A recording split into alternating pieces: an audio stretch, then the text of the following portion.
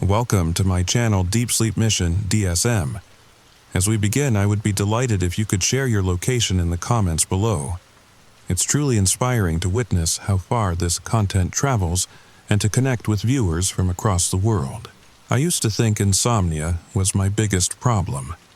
Now, I'd give anything to never sleep again. Last week, I woke up with dirt under my fingernails and pine needles in my hair. My feet were bleeding. The security camera footage from my apartment building showed me walking out at 2:47 a.m., barefoot, eyes closed, moving like I was being pulled by invisible strings. But here's the thing that made my blood run cold. In the video, I wasn't just sleepwalking, I was dancing. No, that's not right. I was moving in patterns, specific patterns, like someone was controlling me with a remote. If you've ever felt like you're not alone in your own body, trust that feeling. Because I'm about to tell you what happens when something else takes the wheel while you sleep, and why I haven't slept in 72 hours. The thing is, I should have seen the signs earlier. Looking back now, they were everywhere. The way certain intersections in Portland felt wrong at night, like the geometry was slightly off. How my reflection sometimes seemed to lag behind my movements in storefront windows. The fact that I'd moved to Portland on what I thought was a whim, but couldn't actually remember making the decision. Let me tell you what happened. The story starts now. My name is Sarah Chen, and I live in a studio apartment in Portland, Oregon. Third floor of a converted warehouse in the Pearl District. The kind of place with exposed brick walls and those huge industrial windows that make you feel sophisticated until you get your first heating bill. I moved here 6 months ago for my job at a tech startup. Remote work, flexible hours, craft beer on tap in the office. You know the drill. Everything was perfect. Well, almost everything. The apartment came furnished, which should have been my first red flag. Who leaves behind perfectly good furniture when they move? But the rent was below market value, and my landlord, Mr. Petrov, had this nervous way of avoiding eye contact that I mistook for social awkwardness rather than guilt. Previous tenant, she moved very sudden, he'd said when I signed the lease, his Russian accent thick with something I now recognize as fear. Left everything, said she had to, start fresh somewhere far away. I'd laughed it off. Portland had that effect on people, I figured. Make them want to reinvent themselves. I was doing the same thing, wasn't I? The sleepwalking started small. I'd wake up standing by the window looking out at the Fremont Bridge in the distance, then in the kitchen, my hand reaching for knives I had no memory of wanting. Once, I found myself in the hallway, my neighbor, Mrs. Kowalski, gently shaking my shoulder. "Honey, you okay?" she'd asked, her Polish accent thick with concern. You were just standing there, swaying like wheat in wind. Mrs. Kowalski had lived in the building for 20 years. She'd seen 3 tenants in my apartment before me, all young women. All moved away suddenly, she told me later. All complained about sleepwalking. But at the time, I laughed it off. Stress from the new job, I told myself. New city jitters. I even bought one of those sleep tracking apps, you know the ones. They promise to monitor your REM cycles and wake you at the optimal time. The app showed normal sleep patterns. Everything looked fine on paper, except for the gaps. Hours where the app recorded nothing, like I'd simply ceased to exist. But then came the morning I woke up in Forest Park. Forest Park is massive, over 5,000 acres of wilderness right on the edge of Portland. I'd gone hiking there once with coworkers, gotten lost for hours on the Wildwood Trail. The canopy is so thick in places that GPS doesn't work. Cell service cuts out. It's the kind of place where you can disappear completely, and somehow I'd traveled 3 miles from my apartment to the middle of the woods. In my pajamas. In 40-degree weather. My phone was dead, but not from normal battery drain. It was completely cold, like it had been turned off for hours. My feet were cut up from the forest floor, but the cuts were too precise, too geometric, like something had carved symbols into my skin. The strangest part? There were other footprints around me in the soft earth. Lots of them. All bare feet. All in a perfect circle with me at the center. And in that circle the ground was different. Harder. Like it had been compressed by incredible weight. When I examined the footprints more closely, I realized they weren't random. Each one was placed with mathematical precision. The spaces between them followed a pattern I couldn't quite grasp, but that made my head hurt to contemplate. I called an Uber from a nearby road, made up some story about a morning jog gone wrong. The driver, a guy named Marcus with kind eyes and a Blazer's air freshener, kept glancing at me in the rearview mirror. "You sure you're okay, miss?" he asked as we pulled up to my building. "You look like you've seen a ghost. If only it were that simple. I must have looked insane. Pajamas torn, leaves in my hair, mascara from the night before streaked down my face." But Marcus didn't ask questions. Portland drivers are used to strange passengers. He just handed me his business card and said, "Call if you need a safe ride anywhere, day or night." I still have that card. It's the only number in my phone I trust anymore. That evening, I installed a security camera in my apartment. One of those smart ones that sends alerts to your phone. I pointed it right at my bed. If I was sleepwalking, I wanted to see exactly what was happening. I also started researching the building's history. Built in 1923 as a textile warehouse, converted to apartments in 1987, but there were gaps in the records. Months where the building sat empty. Complaints to the city about unusual sounds and strange lights that were always dismissed. And deaths. Not many, but enough to form a pattern. 3 people over the decades had been found in Forest Park, all former residents of my building. All ruled accidental deaths from exposure, all found in circles of footprints. The first 2 nights with the camera, nothing. I slept normally, woke up in bed. I started to relax. Maybe Forest Park was a one-time thing. Maybe I'd mixed alcohol with my anxiety medication or something. Then Thursday happened. The camera alert woke me at 3:23 a.m.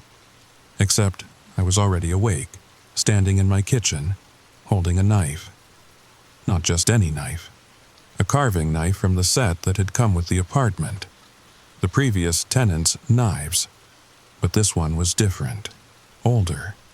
The handle worn smooth by countless hands, and along the blade, etched so faintly I could barely see them, were symbols.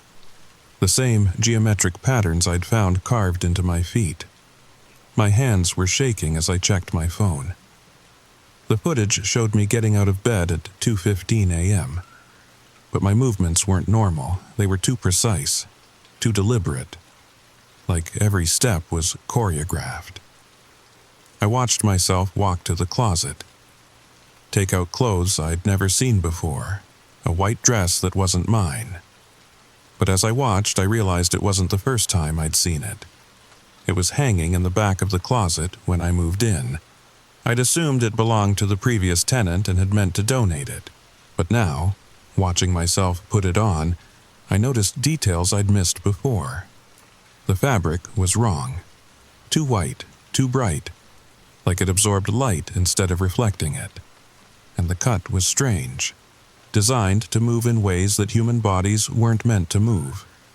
I put it on in the video, then stood in front of the mirror for 17 minutes. Just standing. Perfectly still, but my lips were moving. I zoomed in on the video, turned the volume all the way up. I could barely make out the words. It wasn't English. It wasn't any language I recognized. The syllables were wrong. Too many consonants strung together, like trying to speak with a mouthful of marbles. But there was a rhythm to it, a cadence that matched something I couldn't quite place. Then I realized it was matching my heartbeat.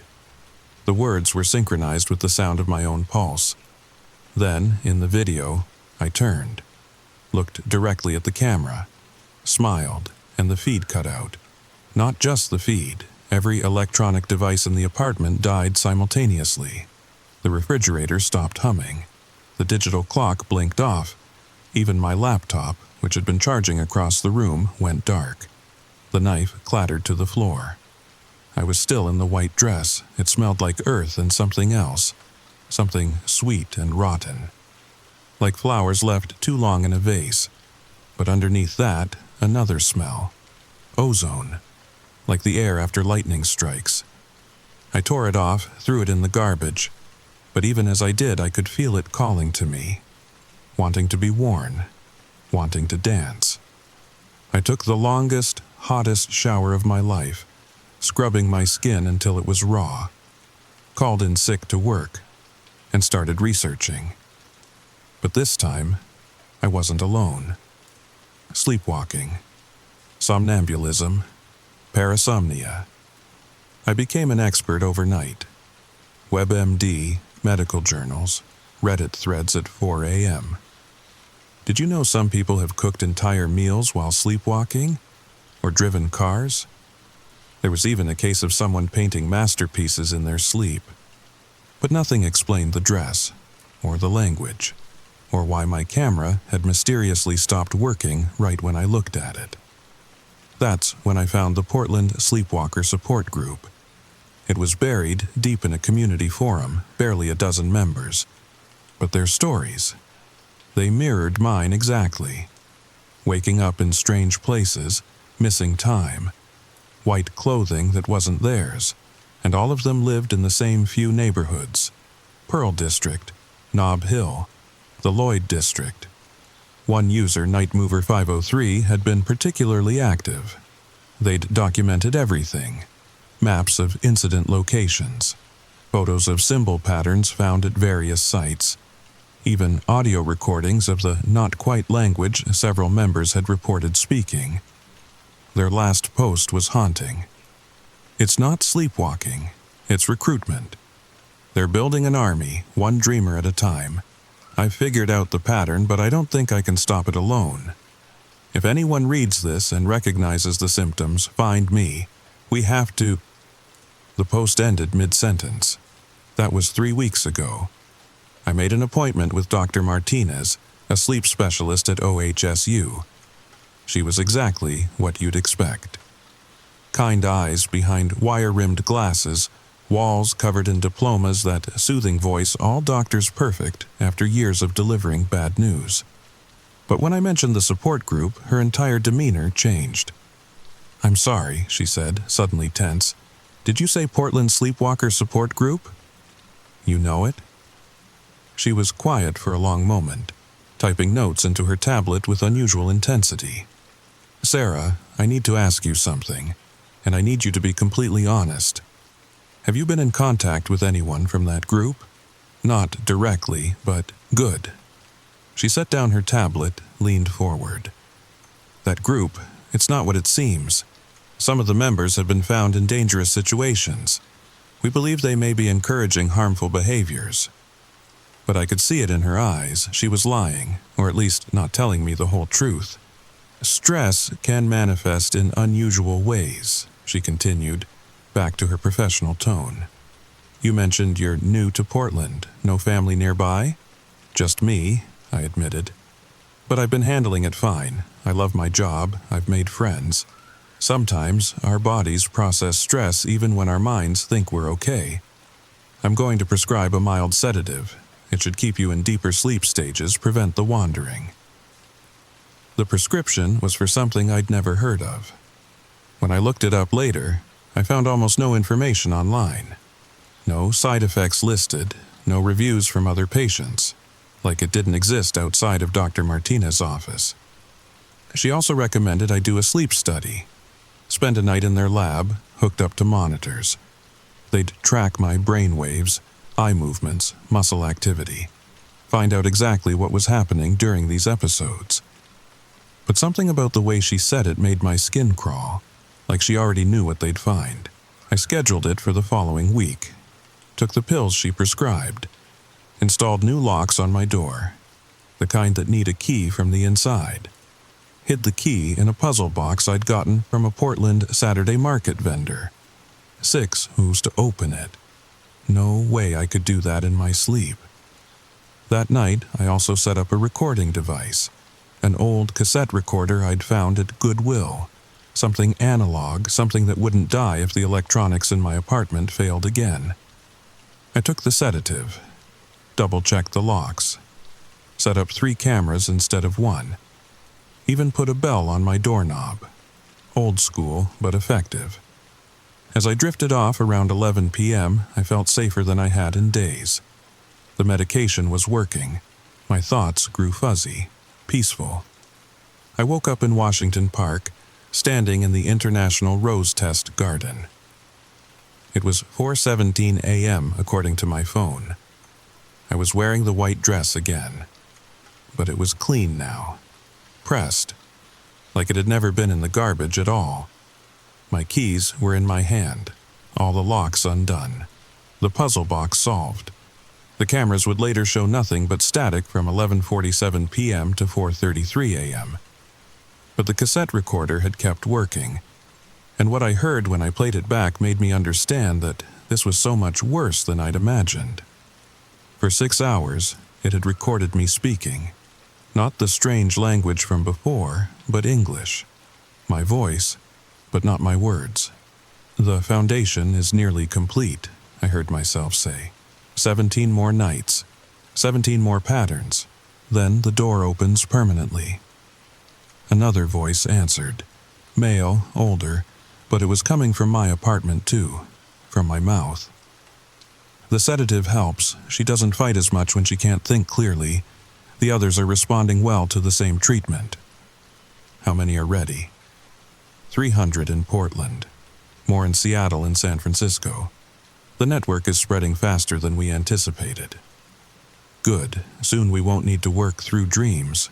Soon we'll walk freely in the daylight. The conversation continued for hours. Plans laid out in clinical detail.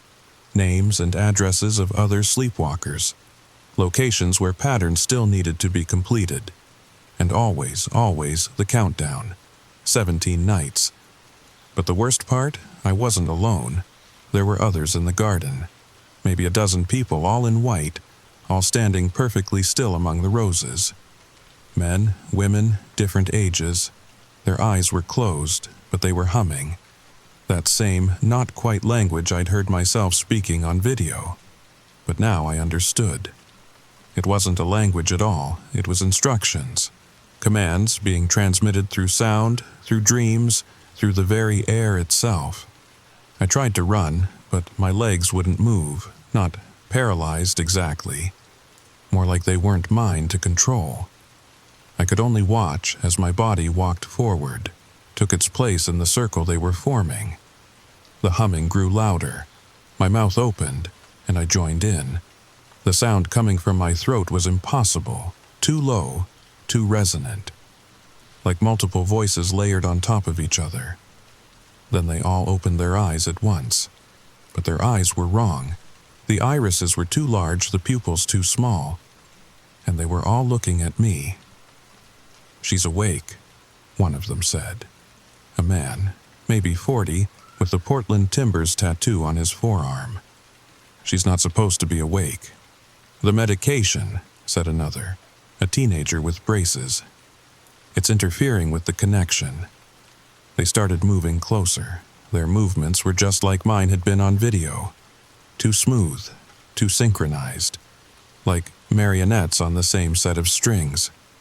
That's when I realized I could move again. Whatever force had been controlling my body had loosened its grip, confused by my conscious awareness. I ran, sprinted through the garden, past the amphitheater, down the winding paths. Behind me, I could hear them following. Not running, walking, but somehow keeping pace. Their footsteps perfectly synchronized, creating a rhythm that made the ground itself vibrate. I burst out onto Kingston Avenue, flagged down the first car I saw. An early morning jogger in a Subaru, very Portland. He took one look at my face and unlocked the doors. "Please," I gasped. "Just drive, anywhere." He didn't ask questions, just drove.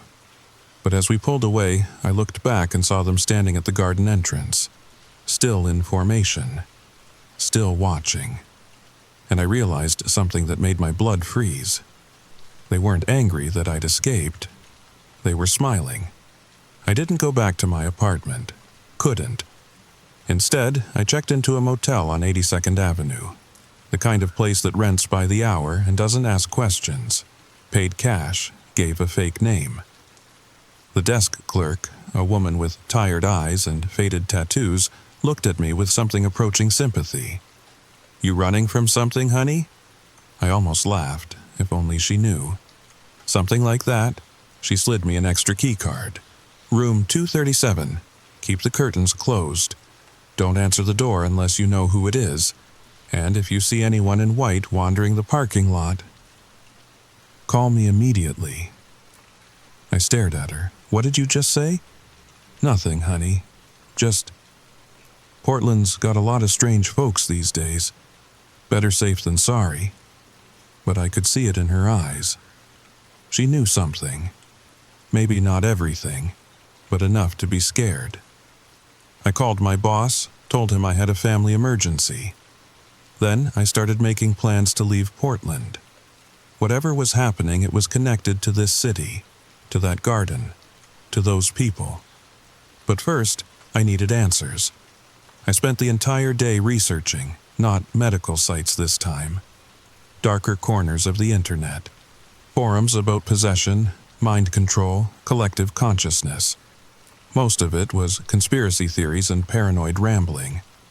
But one thread caught my attention. A user named Nightmover503 had posted about similar experiences, waking up in strange places, missing time, moving in patterns. They'd mapped out all the locations where Portland sleepwalkers had been found. Rose Garden, Forest Park, Mount Tabor, Peninsula Park. All the spots formed a shape when connected, a symbol I didn't recognize, geometric but organic somehow, like a circuit board made of living tissue. But there was more. Nightmover503 had traced the pattern back decades. The sleepwalking incidents weren't random. They followed cycles, building to crescendos every few years, then dying down, then building again. And each cycle was stronger than the last. "They're using us to draw it," they'd posted. Night after night. A little more complete each time. Don't know what happens when it's finished. Don't want to find out. Their last post was 3 weeks ago, but hidden in their profile, I found something else. A personal message, sent to me specifically. Sarah Chen, Pearl District, Apartment 3B. If you're reading this, then it's already too late to run, but not too late to fight. Meet me at Powell's Books, Rare Book Room, tomorrow at 3 p.m. Come alone. Trust no one else. The message was dated yesterday. Someone was watching me. Had been watching me all along. I tried to stay awake that night. Drank an entire pot of coffee. Took caffeine pills. Played loud music. Did jumping jacks every time my eyes got heavy. It didn't matter. One moment I was doing push-ups on the gritty motel carpet, counting to keep myself alert. The next I was standing on the St. John's Bridge, 200 feet above the Willamette River, balanced on the railing. The transition was seamless. No memory of leaving the motel. No memory of walking here. Just a sudden shift from safety to mortal danger. The white dress whipped around me in the wind. My bare feet gripped the cold metal. One wrong move and I'd plummet into the dark water below. But I wasn't scared. Couldn't be scared because I wasn't in control. There were others on the bridge. Dozens of them. All in white. All balanced impossibly on the narrow railing.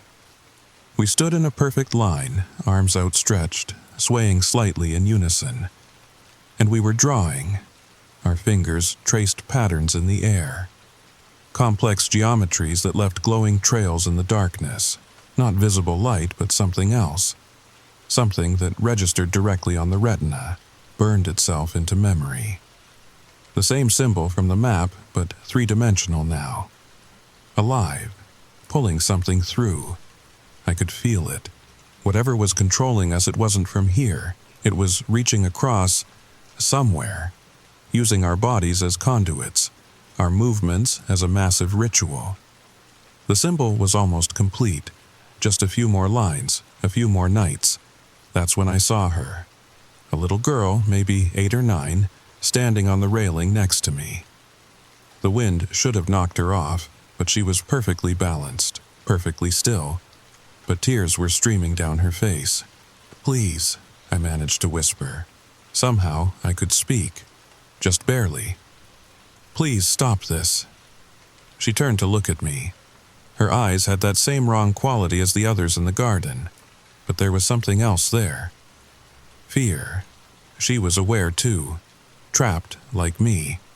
"Can't stop," she whispered back. "It's almost time. They're almost here." "Who? Who's coming?" She started to answer. Then her face went blank. The control reasserted itself. She turned away and continued drawing in the air. But in that moment before she lost herself again, she'd managed to mouth a single word. "Hungry?" Suddenly, sirens.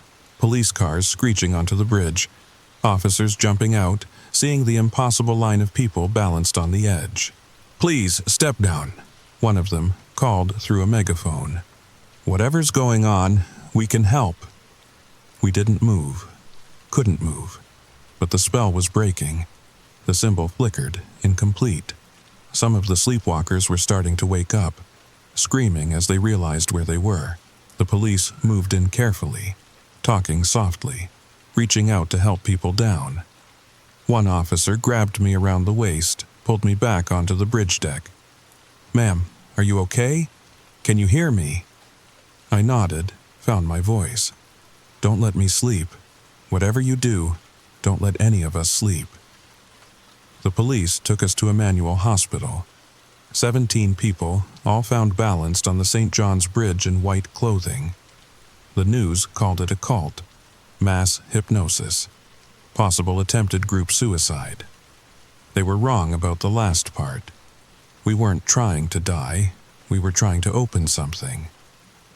Dr. Martinez came to see me within hours, too fast for a normal doctor's response. She looked haggard, like she hadn't slept either. "Sarah, I need you to understand something," she said, closing the hospital room door behind her. "You're not the first. Portland has had incidents like this for years, usually isolated cases, but lately, it's accelerating," I finished. She nodded. "The city, certain agencies, they know. They've been trying to understand it, contain it. The medication I gave you was supposed to help. It has helped others, but in your case it seems to have made you partially aware during the episodes. Lucky me. Actually, yes. You might be the key to stopping this. The others, they remember nothing. But you've seen what they're trying to do." She pulled out a tablet, showed me a map. Dozens of incidents marked across Portland. The pattern was becoming clearer, more complete. "We think it started with the Shanghai tunnels," she said. "The old underground passages beneath Portland. Something was found down there during construction in the 1980s, symbols, similar to what you've been drawing in the air. What happens if they complete it?" She was quiet for a long moment. "We don't know, but every culture has stories about things that shouldn't be let in, doors that shouldn't be opened. They kept me for observation, pumped me full of stimulants, assigned someone to watch me at all times. But I knew it was temporary. Whatever was using us, it was patient. It had been working on this for decades, maybe longer. And I was starting to understand the scope of it. This wasn't just about Portland." Dr. Martinez let slip references to similar incidents in other cities. A network of sleepwalkers, all drawing patterns, all building towards something. On the 3rd night, I felt it again. The pull, stronger than ever. The watcher, a nursing student named James, noticed immediately. "She's going under," he called out. "Get the doctor." But it was too late. Not just for me. All across Portland, they were walking. Hundreds of them, maybe thousands. All converging on one location. Pioneer Courthouse Square, the heart of the city. I fought it every step of the way. Managed to stay partially conscious as my body moved against my will. The medical staff tried to restrain me, but I broke free with strength that wasn't mine. Outside, the city was transforming. Every streetlight flickered in unison. Car alarms wailed in harmony. Even the wind seemed to move in patterns, carrying that same not-quite language I'd been hearing for weeks. By the time I reached the square, it was full. People in white, standing in perfect formation. A human circuit board. And in the center, a group of children. All holding hands. All humming that impossible sound. We took our positions. Raised our arms. Began the final pattern. The air split open. I don't know how else to describe it. Reality just tore, like fabric. And through the gap I could see something. A place that wasn't a place. Shapes that hurt to perceive, colors that didn't exist. And things, moving, watching, waiting. They'd been trying to get through for so long.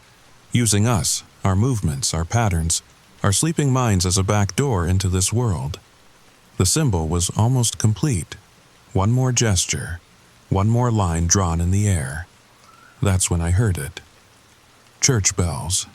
Dawn was coming, and with it, people waking up. The spell weakening. I forced myself to speak, to scream. "Wake up! Everybody wake up!" A few stirred, then more. The perfect formation wavering, the things on the other side pressed against the tear. Almost through. Almost here. I could feel their hunger, their desperate need to feed on something our world possessed. But Portland is a city of light sleepers and early risers. Coffee shops opening at 5 a.m., joggers hitting the streets, food carts setting up. The city itself was waking up, and we were waking with it. The pattern broke. The symbol incomplete. The tear in reality snapping shut like a rubber band. I collapsed. We all did. Hundreds of people in white clothes suddenly awake in Pioneer Square, confused and terrified. The official story was mass hysteria, ergot poisoning from contaminated flour at a popular bakery. The videos that surfaced were dismissed as hoaxes, deep fakes. But I know the truth, and I know it's not over, because last night I felt it again. The pull, weaker, but still there. They're regrouping, finding new patterns, new ways in, and I found something else. A note slipped under my motel room door while I was in the hospital. "You did well, but this was only the first attempt. They learn from failure. Adapt. The next time will be harder to stop. If you want answers, if you want to end this permanently, meet me where we agreed. I'll be waiting. N. Night Mover 503. Still alive, still fighting. I don't sleep anymore, can't sleep. I've seen what waits on the other side of dreams, what uses our unconscious minds as puppet strings. So I stay awake, watch the city, watch for others in white, moving too smoothly through the night. Try to wake them when I can. Portland is my city. These are my people, and I'll be damned if I let something use us as a doorway. But I'm getting tired, so tired. And sometimes, in the corner of my eye, I see them, the ones who didn't wake up in time. Still drawing patterns in the air, still trying to complete what was started. The children are the worst. They remember less, fight less. They're easier to control, and there are so many of them. If you live in Portland, if you wake up in strange places, if you find yourself moving without permission, don't ignore it. Don't explain it away. And whatever you do, don't let yourself fall into the patterns, because they're still out there, still trying. And one night, one of us won't wake up in time to stop them. One night, the door will open, and when it does, God help us all. Epilogue. So that's my story. If you're still listening, still awake, good, stay that way. And if you ever see someone in white, walking too smoothly through the Portland night, do me a favor. Wake them up. Before it's too late. Before we complete what should never be finished. Because my body still moves without my permission at night, and I'm running out of ways to stop it. Tomorrow, I meet with Night Mover 503. Maybe together we can find a permanent solution. Maybe we can close this door forever. Or maybe I'm walking into a trap. But what choice do I have? The alternative is letting them win. Letting them turn every sleeping person in the city into a puppet. The sun is setting now. Night is coming. And I can already feel it starting. The pull. The patterns. The dance that might damn us all. Sweet dreams, if you dare to sleep. Story number 2. Have you ever heard something that shouldn't exist? A sound so persistent, so unnaturally perfect that it burrows into your mind and refuses to leave?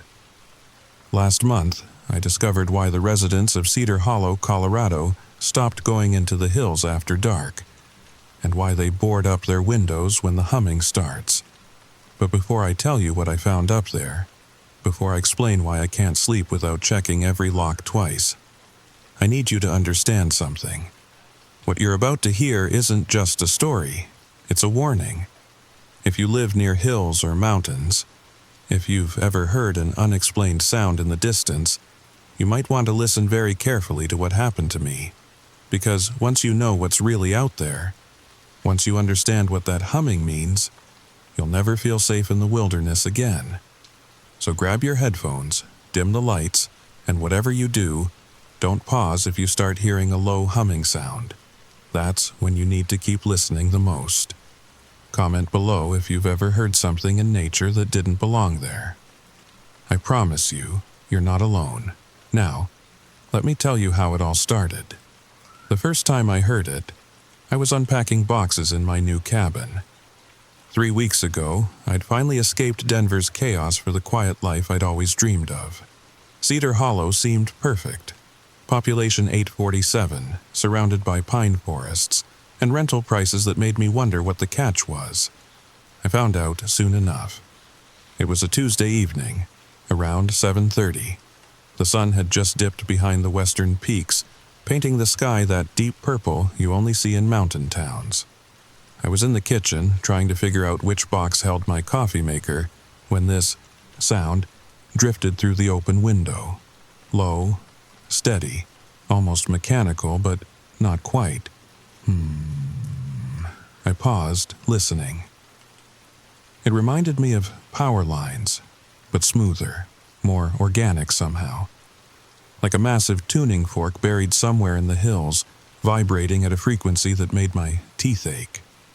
Probably just the wind, I muttered, though even then, something felt off. Wind doesn't hold a perfect pitch for 30 seconds straight. The humming continued for maybe 5 minutes before fading away. I shrugged it off and went back to unpacking. New place, new sounds. Nothing weird about that, right? Wrong. The next morning at the Cedar Hollow General Store, I mentioned it to Marge, the owner. She was ringing up my groceries, eggs, bread, those expensive organic bananas I'd never buy in the city, when her hand suddenly stopped moving.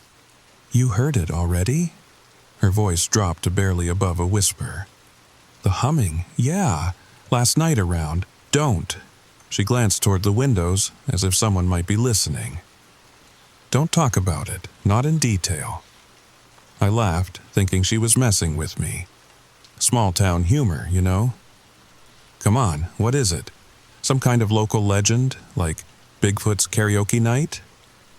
Marge didn't smile. She finished bagging my groceries in silence, then leaned across the counter. I could smell her lavender perfume mixed with the sharp scent of fear sweat. "Listen, city boy, there are 3 rules in Cedar Hollow. 1, never follow the humming. 2, if it gets louder, get indoors. And 3, she paused, her weathered face creasing with worry, if it ever sounds like it's coming from more than one direction, leave town. Don't pack, don't say goodbye, just leave." Before I could ask what she meant, the bell above the door chimed. 3 locals walked in, and Marge's demeanor instantly brightened. "Welcome, folks. Beautiful morning, isn't it?" I left with more questions than groceries. That night, I did what any rational person would do. I Googled Cedar Hollow, Colorado humming sound. Nothing. Not a single result. I tried variations. Mysterious sounds, Colorado mountains. Cedar Hollow, local legends. Even unexplained noises, Pike National Forest. All I found were generic articles about mountain wildlife and tourist guides. It was like the internet had scrubbed any mention of what I'd heard. The humming returned at 7:47 p.m. I know because I checked my phone the moment it started. This time I was ready. I grabbed my phone and tried to record it, but the strangest thing happened. The audio file came out as pure static. Not quiet static either, aggressive, almost angry white noise that made my speakers crackle. I stepped out onto my back deck, trying to pinpoint the source. The sound seemed to come from the northeast, somewhere up in the tree line where the hiking trails disappeared into shadow. It was louder tonight, more insistent, and underneath the main tone, I could swear I heard something else. Harmonics, multiple layers of sound, weaving together in a pattern that felt intentional. My neighbor, Tom Garrett, was on his deck too. Mid-60s, lived here his whole life according to Marge. He stood perfectly still, staring up at the darkening hills with an expression I couldn't quite read. "Hey Tom," I called out. "What is that sound?" He turned slowly, like he'd forgotten anyone else existed. In the fading light, his face looked pale, drawn. "Get inside, son." His voice was steady but urgent. "Now." "But what?" "Now!" I'd never heard such command in someone's voice. I found myself moving before I'd even decided to, my feet carrying me back through the sliding door. Once inside, I watched Tom through the window. He remained on his deck for another minute, then suddenly rushed inside his own house. I heard the distinct sound of deadbolts sliding home. Multiple deadbolts. The humming continued for 2 hours and 13 minutes. I know because I sat there timing it, trying to find a pattern. Sometimes it would pulse. 3 long tones, too short like some kind of code. Other times it would hold steady for minutes on end, that single note drilling into my skull until I wanted to scream. Around 10 p.m. something changed. The pitch shifted up, just slightly, and I felt it in my chest. A vibration that seemed to sync with my heartbeat, making each pulse feel heavy and wrong. Then I heard Marge's voice in my head. "If it gets louder, get indoors." But I was indoors. The realization hit me like ice water. My windows were open, 3 of them. Kitchen, bathroom, and the small one in the hallway I'd cracked for airflow. I ran through my cabin, slamming each window shut, drawing curtains I'd never bothered with before. As I reached the hallway window, the humming suddenly spiked in volume, and I saw movement. In the tree line. Not an animal, not a person. Something else. A shape that didn't match the shadows around it, flowing between the pines like smoke given form. It was there for maybe 2 seconds before my trembling fingers finally got the window closed. The humming cut off instantly. Not a fade. Just sudden, perfect silence. I stood there in my hallway, heart hammering, trying to process what I'd seen, or thought I'd seen, or hoped I hadn't seen. My phone buzzed. A text from an unknown number. "You looked. They know you looked." No sender. No way to reply. When I checked my messages again in the morning, it was gone. I didn't sleep that night. How could I? Every small sound made me jump, the house settling, pine cones hitting the roof, the refrigerator's hum that suddenly seemed sinister in comparison to what I'd heard outside. By morning, I'd almost convinced myself I'd imagined the whole thing. Altitude sickness, maybe. Or stress from the move. The mind plays tricks when you're in a new place, right? But then I saw my car. Parked exactly where I'd left it, except the driver's side door was open, just slightly, like someone had tried to close it but didn't push hard enough for the latch to catch. I knew I'd locked it. I always lock my car. City habits die hard. I approached slowly, pepper spray in hand. Yes, I carry pepper spray, judge me all you want. Nothing seemed disturbed inside. Same empty coffee cups, same hiking maps on the passenger seat. But on the driver's seat, dirt.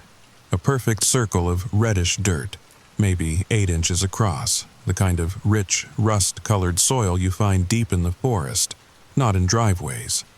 And in the center of that circle, a pattern. Pressed into the dirt like someone had used a stamp. It looked almost like a sound wave visualization. You know those images that show audio frequencies? Except this was 3-dimensional, with depth and texture that hurt to look at directly. I took a photo, or tried to. My phone camera kept refusing to focus, creating this weird distortion effect where the pattern seemed to move and shift. After 6 attempts, I gave up and used my hand to brush the dirt onto the floor mat. The moment I touched it, that humming echoed in my skull. Not in my ears, in my skull. A phantom vibration that made my vision blur. I stumbled back, slamming the door shut. That's when I noticed Tom watching from his kitchen window. He raised his coffee mug in a grim salute, then pulled his curtains closed. I needed answers. The Cedar Hollow Public Library was a converted Victorian house on Main Street. Tiny, but supposedly comprehensive when it came to local history. The librarian, Ellen Price, looked like she'd been installed with the original fixtures sometime in the 1890s. Local geology? She peered at me over her reading glasses. Planning some hiking? Something like that. I'm particularly interested in any unusual rock formations in the hills. Or maybe acoustic phenomena? Places where sound behaves strangely? Her expression didn't change, but I saw her fingers tighten on her stamp pad. We have a lovely collection of trail guides in Section 790. Help yourself. I spent 3 hours going through everything they had. Trail guides, geological surveys, old newspapers on microfilm.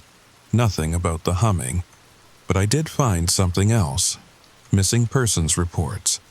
Dozens of them, scattered across decades. Hikers who vanished in the hills northeast of town, exactly where the humming seemed to originate. The reports all had one thing in common. The last sightings were always at dusk. Finding what you need? Ellen had appeared beside me, silent as a ghost. These missing hikers, tragic accidents. Mountains can be dangerous for the unprepared. She began gathering the materials I'd pulled. The library closes at 4 today, but it's only 1:30. Special circumstances. She smiled, but it didn't reach her eyes. You understand. I was ushered out with impressive efficiency. As I reached my car, I found a folded paper tucked under the windshield wiper. Not a parking ticket, a photocopy of an old journal page. The handwriting was cramped, faded. October 12th, 1952.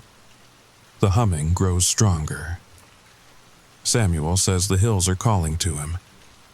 I've boarded the windows, but I fear it won't be enough. If anyone finds this, know that we tried to resist. The sound, it learns, it adapts, it knows what frequency will break you. God help us all. No signature, no context. When I looked back at the library, Ellen was watching from the doorway. She gave me a small nod, then disappeared inside. That evening, I prepared. Every window locked and covered. Noise-canceling headphones charged and ready. I even downloaded a white noise app thinking I could drown out the humming if it returned. 7:47 p.m. came and went in silence. 8 o'clock, nothing. 8:30, still quiet. By 9 o'clock, I started to relax. Maybe it was done. Maybe whatever made that sound had moved on, or maybe the town had collectively pranked the new guy. Either way, the humming didn't start gradually this time. It exploded into existence so loud my windows vibrated in their frames. But it wasn't coming from the hills, it was coming from below, from under my cabin.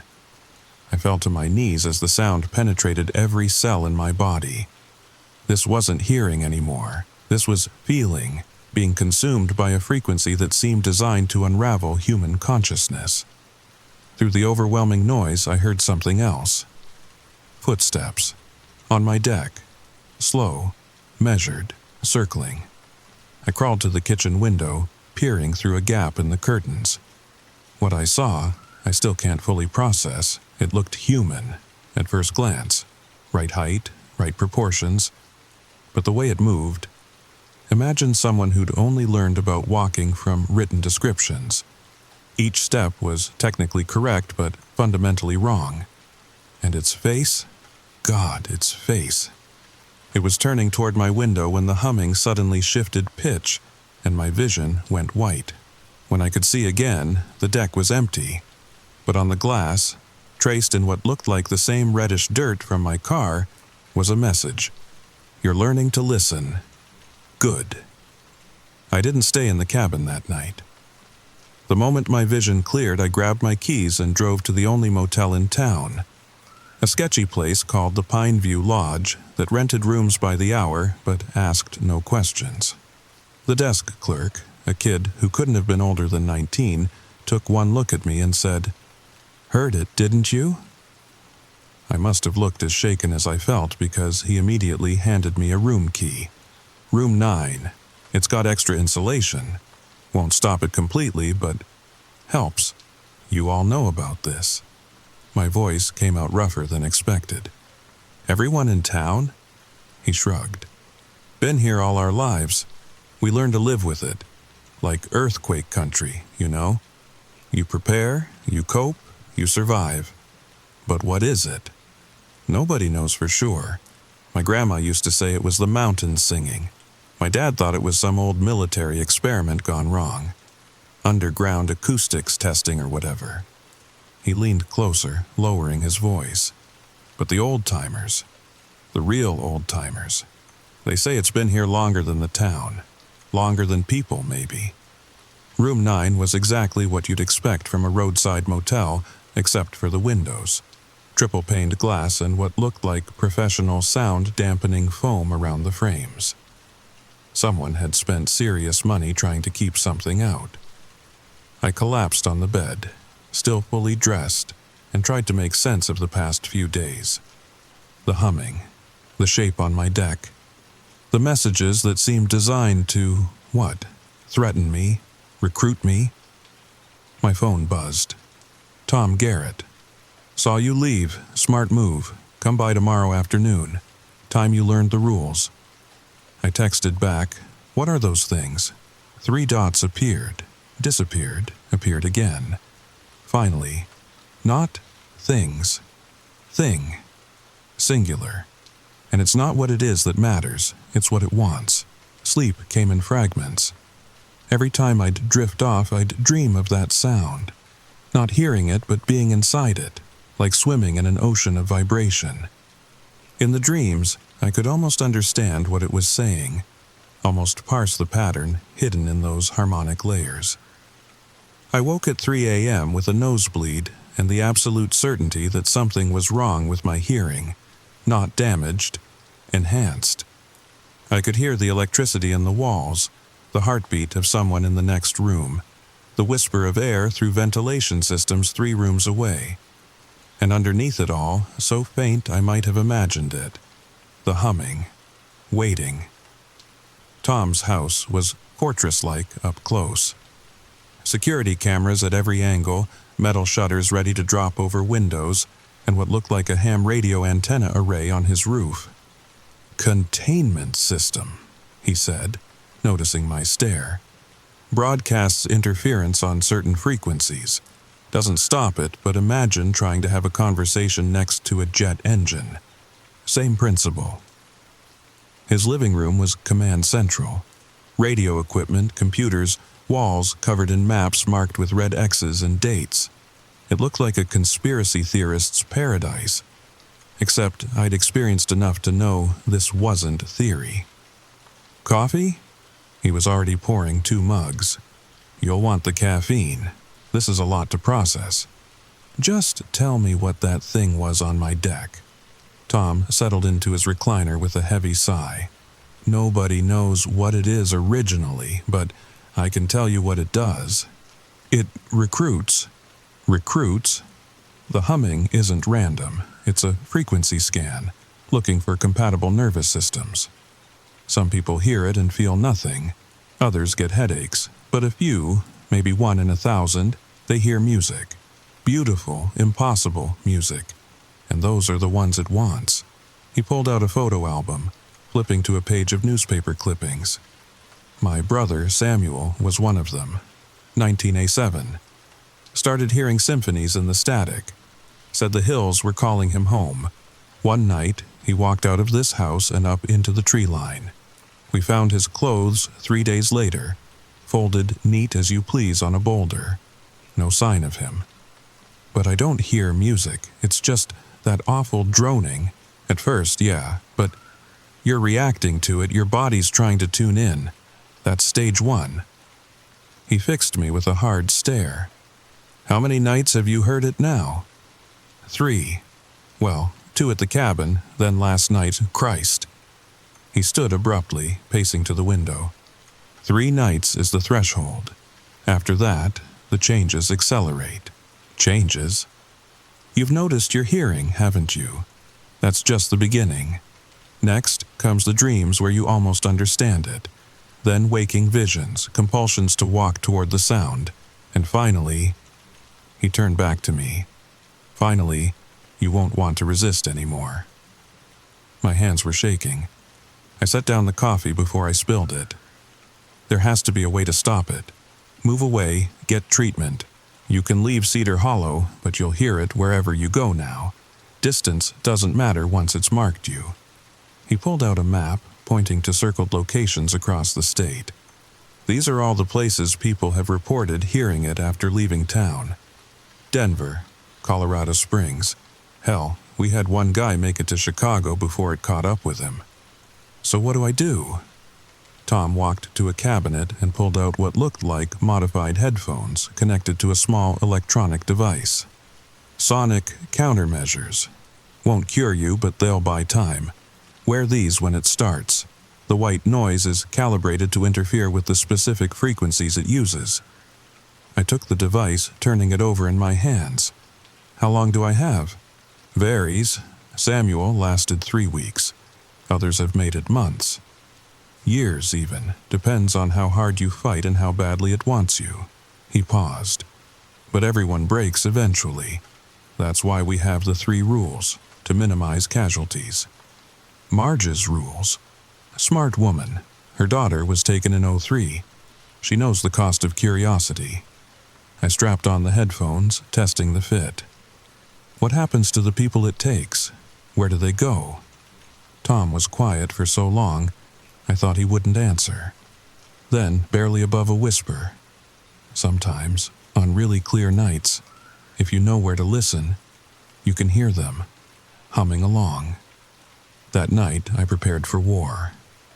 Tom's countermeasures in place, windows sealed, every light in the cabin blazing. I'd even moved my bed to the center of the living room as far from any wall as possible. 747 came and went peacefully. I started to hope maybe the device was working. Then, at exactly midnight, my phone rang. Unknown number. I almost didn't answer, but something, some terrible curiosity, made me swipe accept. Static at first. Then, threading through the white noise like a snake through grass, the humming. But different. Layered with something that might have been voices, dozens of them, harmonizing in frequencies that human throats shouldn't be able to produce. "We're waiting," a voice said. Not through the phone, from inside my own head, using my own internal monologue. Stop fighting and join us. It's beautiful here. Samuel says hello. I ripped the phone away from my ear, but the voice continued. The device won't work forever. Nothing does. We have all the time in the world, and you have so little. Why waste it on fear when you could know such wonders? The countermeasure headphones began to smoke. The electronic components couldn't handle whatever frequency was being broadcast. I tore them off just before they burst into flames. And in that moment of silence before the humming resumed, I heard something that chilled me more than any supernatural tone. Footsteps. On my roof. Multiple sets. Walking in perfect synchronization. The walking continued for 17 minutes. I know because I counted every second. Frozen in the middle of my living room like prey that's spotted a predator. They moved in patterns, sometimes circling, sometimes forming what sounded like geometric shapes. A triangle, a pentagon. More complex configurations I couldn't visualize. Then they stopped, all at once. The silence that followed was somehow worse than the noise. My phone buzzed. Tom, don't go outside, don't look up, don't listen to voices. I typed back with shaking fingers. They're on my roof. I know, whole town knows, we're waiting it out, you do the same. What are they doing? This time, Marge responded in what I realized was a group text. Calling you home. Stay strong. The librarian, Ellen, added, Remember, it only takes what's freely given. You have to choose to go. Choose. Like this was about free will. Like the thing rewriting my nervous system one frequency at a time cared about consent. A new sound began. Not the humming. Singing, if you could call it that. Voices that had once been human attempting melodies that human throats were never meant to produce. I recognized one of the voices from the phone call. Samuel, Tom's brother. 36 years gone and still singing. The song had no words, but it had meaning. I felt it in my bones and the spaces between my thoughts. It spoke of places between places, of sounds that could reshape reality, of joining something larger than individual consciousness. It was horrible. It was beautiful. I found myself standing, taking a step toward the door before catching myself. Another step, another. My hand was on the doorknob when my phone rang again. This time, it was my mother.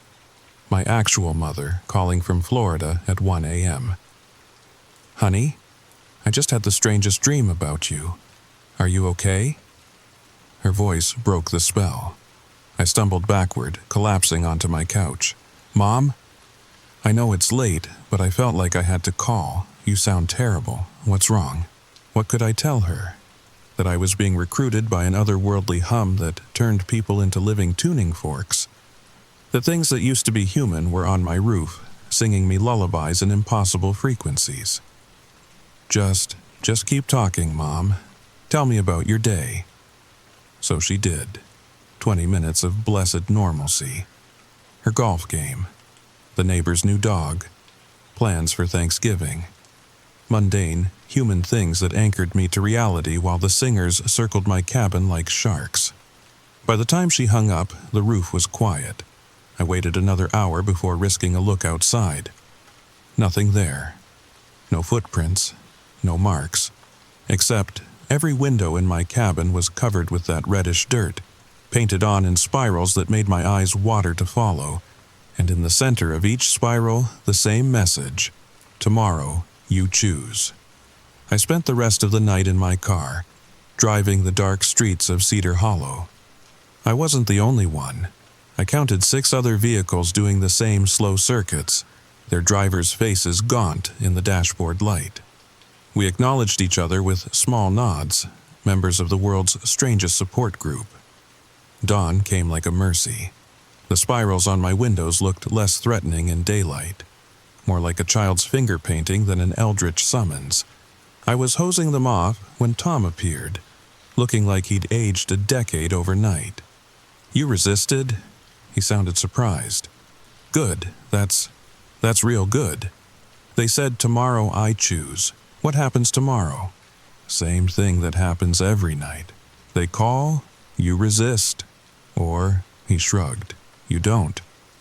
That's it? This just goes on forever? Nothing's forever. But yeah, this is your life now. Fighting every night to stay human. He helped me scrub the last of the dirt away. Some folks find ways to cope. Marge hasn't missed a day of work in 15 years. Ellen still runs her library. We adapt. And the ones who don't adapt, Tom pointed toward the hills. They're up there. Somewhere. Happy, if you believe the songs. Part of something we can't understand. Maybe that's not the worst fate. I wanted to argue, but I was too tired, too drained. The thing had taken something from me in the night. Some reserves of will I hadn't known I was spending. How long before I give in? That's up to you, son. But if it helps, you're not alone. None of us are. That's why we stay in Cedar Hollow. Misery loves company, but survival demands it. The next 3 nights followed a pattern. The humming would start at 7:47. I'd put on replacement headphones Tom provided, playing white noise mixed with recordings of my mother's voice, my college roommate's terrible jokes, my ex-girlfriend's laugh. Anything to remind me why human was worth being. The singers would come at midnight, their numbers growing. I recognized some voices now. Samuel, of course. A woman who might have been Marge's daughter. Others I couldn't place but felt I should know. Each night, the invitation grew stronger. Each morning, I grew weaker. On the 7th night, something changed. The humming started early, 6 p.m., while the sun still painted the mountains gold. And it wasn't coming from the hills, it was coming from Main Street. I drove toward the sound, knowing I shouldn't but unable to stop myself.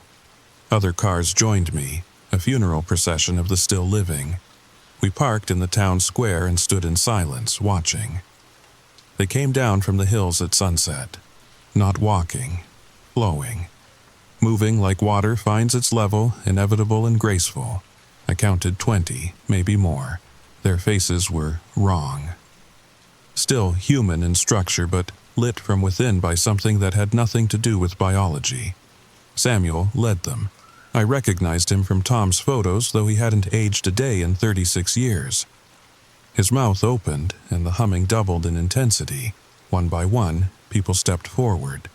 The baker from the corner shop, a teenage boy I'd seen at the gas station, Ellen, the librarian, clutching her stamped date cards like a lifeline before letting them flutter to the ground. Each person who joined them changed instantly. The exhaustion left their faces, replaced by that terrible internal light. They turned as one and began walking back toward the hills. Beautiful, isn't it? Marge stood beside me, her face wet with tears. 15 years I've watched this. 15 years of wondering if tonight's the night I follow my baby girl home. Why don't you? She smiled sadly. Same reason you're still standing here instead of walking with them. We're stubborn. Stupid maybe, but stubborn. We think human means something. Think individual means something. But look at them. She gestured at the procession. They're not suffering. They're complete. The singers passed close enough to touch. Samuel's eyes met mine, and in them I saw everything. The source of the humming.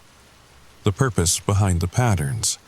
The place between sounds where reality became negotiable. It would be so easy to step forward, to let go, to become part of something that made human concern seem petty and small. Instead, I took a step back, then another. I ran to my car and drove. Not away from Cedar Hollow. That was pointless now. But away from the square, away from the choice that got harder every time it was offered. That was 3 weeks ago. I still live in Cedar Hollow, still hear the humming every night at 7:47. The singers still come, though less frequently now. I think they're waiting. letting me ripen like fruit on a vine. Tom says I'm doing well. Marge brings me casseroles and gossip. The new librarian, a young man from Denver, who heard the humming and came looking for answers, asks me for advice I don't feel qualified to give. But here's the thing. The terrible, wonderful thing. Sometimes, in the quiet hours before dawn, when my defenses are lowest and my humanity feels like a burden, I hear the music, not the humming, the real music hidden inside it. Symphonies of impossible beauty, harmonies that explain the mathematics of existence, songs that make every human composition sound like nursery rhymes. And I want it. God help me. I want to understand. Want to be part of it. Want to stop fighting and let the sound remake me into something that can truly hear. I don't know how much longer I can resist. Tom says that's normal, says the questioning is part of the process, says every survivor doubts until the moment they don't. But Tom's looking tired lately, and Marge stares at the hills more often, and the new librarian has started humming under his breath. Simple, human tunes that might be practice for something else. We're all going to break eventually. The only question is when. So, if you're listening to this, if you've made it this far, I need you to remember something. If you ever hear humming in the hills, perfect, mechanical humming that seems to come from the earth itself, don't investigate. Don't record it. Don't even acknowledge it. Because once it knows you can hear, once it knows you're listening, it will never, ever stop calling you home. Wait, do you hear that? That's not coming from the recording. That's, oh no, if you're hearing the humming right now, if it followed you through this story, then I'm sorry. I'm so sorry. But you're one of us now. And we'll be waiting for you in Cedar Hollow, where the hills sing, and sooner or later, everyone sings along. Tell me in the comments, do you hear it too? That low, perfect humming? Don't worry if you do. You're not alone. You're never alone once it finds you. And please, share this with someone, not to scare them, but to warn them, because the humming is spreading, town by town, hill by hill, and the singers are always recruiting. Sweet dreams. Story number 3. The first time my phone autocorrected good night to veil, I blamed it on a software glitch. The second time, when hello became salve, I figured maybe I'd accidentally downloaded some Latin keyboard. But when I typed help me, and it changed to auxilium mihi, followed immediately by text I'd never seen before, ancient Sumerian cuneiform that somehow displayed perfectly on my iPhone 13, I knew something was terribly, terribly wrong. If you're lying in bed right now, phone in hand, maybe check your autocorrect settings, just to be safe. Because what happened to me started exactly like this. Cozy under the covers in my Seattle apartment. Rain pattering against the windows, thinking I was safe. I wasn't. Let me tell you how it really began. 3 weeks ago, I bought the phone from a sketchy Craigslist seller in Pioneer Square. Should have been my first red flag. Meeting at 11 p.m. in the rain, the guy wearing sunglasses at night, constantly checking over his shoulder like something was hunting him. His hands shook when he handed me the phone, and I noticed his fingernails were bitten down to the quick, stained with what looked like ink or blood. But the price was too good, and I desperately needed to replace my shattered Android. My freelance graphic design business was picking up, and I couldn't afford to miss client calls anymore. Just don't use the predictive text feature, he'd muttered, shoving the phone into my hands before practically sprinting away into the rain-soaked darkness. His footsteps echoed off the cobblestones long after he disappeared. I'd laughed it off at the time. Who doesn't use autocorrect in 2025? The phone seemed normal at first. Latest model worked perfectly, even came with a quirky case that had these weird symbols etched into the leather. Deep grooves that felt warm to the touch, like they'd been burned rather than carved. I figured it was some trendy design. Seattle's full of hipster accessories like that. The local markets downtown were always selling handcrafted tech accessories with mystical symbols. But now, thinking back, those symbols seemed to shift in my peripheral vision.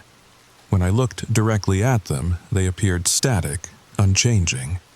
But in the corner of my eye, they writhed like living things. Everything was fine until that Tuesday night. I was texting my roommate Emma about grocery shopping while she worked her late shift at the Capitol Hill bookstore. Normal stuff. The kind of mundane communication that makes up 90% of our digital lives. Hey, can you grab milk on your way home? But when I hit send, watching the message bubble appear on screen, the words rearranged themselves before my eyes like insects scurrying across glass. Who? Potes axiperilac in via domum? Emma texted back immediately. Why are you writing in Latin? Are you taking night classes or something? I stared at my screen, my reflection ghost-like in the black bezels around the display. I definitely hadn't typed that. My fingers trembled slightly as I tried again, typing slowly, deliberately, watching each letter appear. Sorry, phone is being weird. Send. The transformation happened in real time this time. I watched sorry melt into ignocy, watched phone stretch and contort into telephonium, watched weird become stranium. It was like the phone was learning, adapting, getting better at the corruption with each attempt. Emma called instead of texting back, her voice tight with concern. Jess, seriously, what's going on? Are you okay? You're starting to freak me out. I don't know. My phone keeps changing everything to Latin. It's probably just a bug or... I stopped mid-sentence as I noticed something else. The phone felt different in my hand. Warmer. And there was a subtle vibration, not from notifications but something deeper, like a heartbeat. Latin? Jess, that's not Latin. I put it through Google Translate in 3 different language apps. They all say language not found. Where did you learn to write like that? My blood chilled. I pulled the phone away from my ear, staring at the message thread. The characters looked Latin to me. Familiar letter shapes, recognizable patterns. But as I watched, they seemed to shift, shimmer. Like looking at one of those magic eye pictures where the hidden image changes depending on how you focus. The longer I stared, the more wrong they seemed. The letter shapes were too angular, too sharp. They hurt to look at directly. Emma, I'll call you back. I hung up and immediately went to settings, my thumb navigating the familiar paths through iOS menus. Everything appeared normal. English, US was selected, just as it should be. No other languages installed, no recent updates, no suspicious apps. But when I backed out and opened Notes to test it, things got exponentially worse. Every word I typed morphed the moment I finished it. Test became something written in characters I'd never seen. Angular marks that seemed to have too many dimensions, like they were trying to exist in 3D space on a 2D screen. Hello World transformed into 2 words that seemed to writhe on the display. The letters crawling over each other like insects fleeing from light. And then I heard it. A whisper. Barely audible, like wind through a cracked window. Except my windows were sealed tight against the October rain. The sound was coming from the phone itself. Not through the speaker, but from deeper inside, as if something was trapped within the circuitry itself. I nearly threw it across the room, but something stopped me, a compulsion I couldn't explain. Instead, I found myself typing more words, watching them transform, listening to the whispers grow clearer. They were speaking in that corrupted language, and somehow, impossibly, I was beginning to understand fragments of it. The old words remember, came the whisper. The first tongue stirs. I slammed the phone face down on my nightstand and backed away, my heart hammering against my ribs. But even face down, I could see light bleeding around the edges, pulsing in rhythm with words that predated human civilization. Sleep didn't come easy that night. Every time I closed my eyes, I saw those writhing characters burned into my retinas, like after-images of staring at the sun. The whispers had stopped when I put the phone down, but I could feel them waiting just beneath the silence, like predators holding their breath.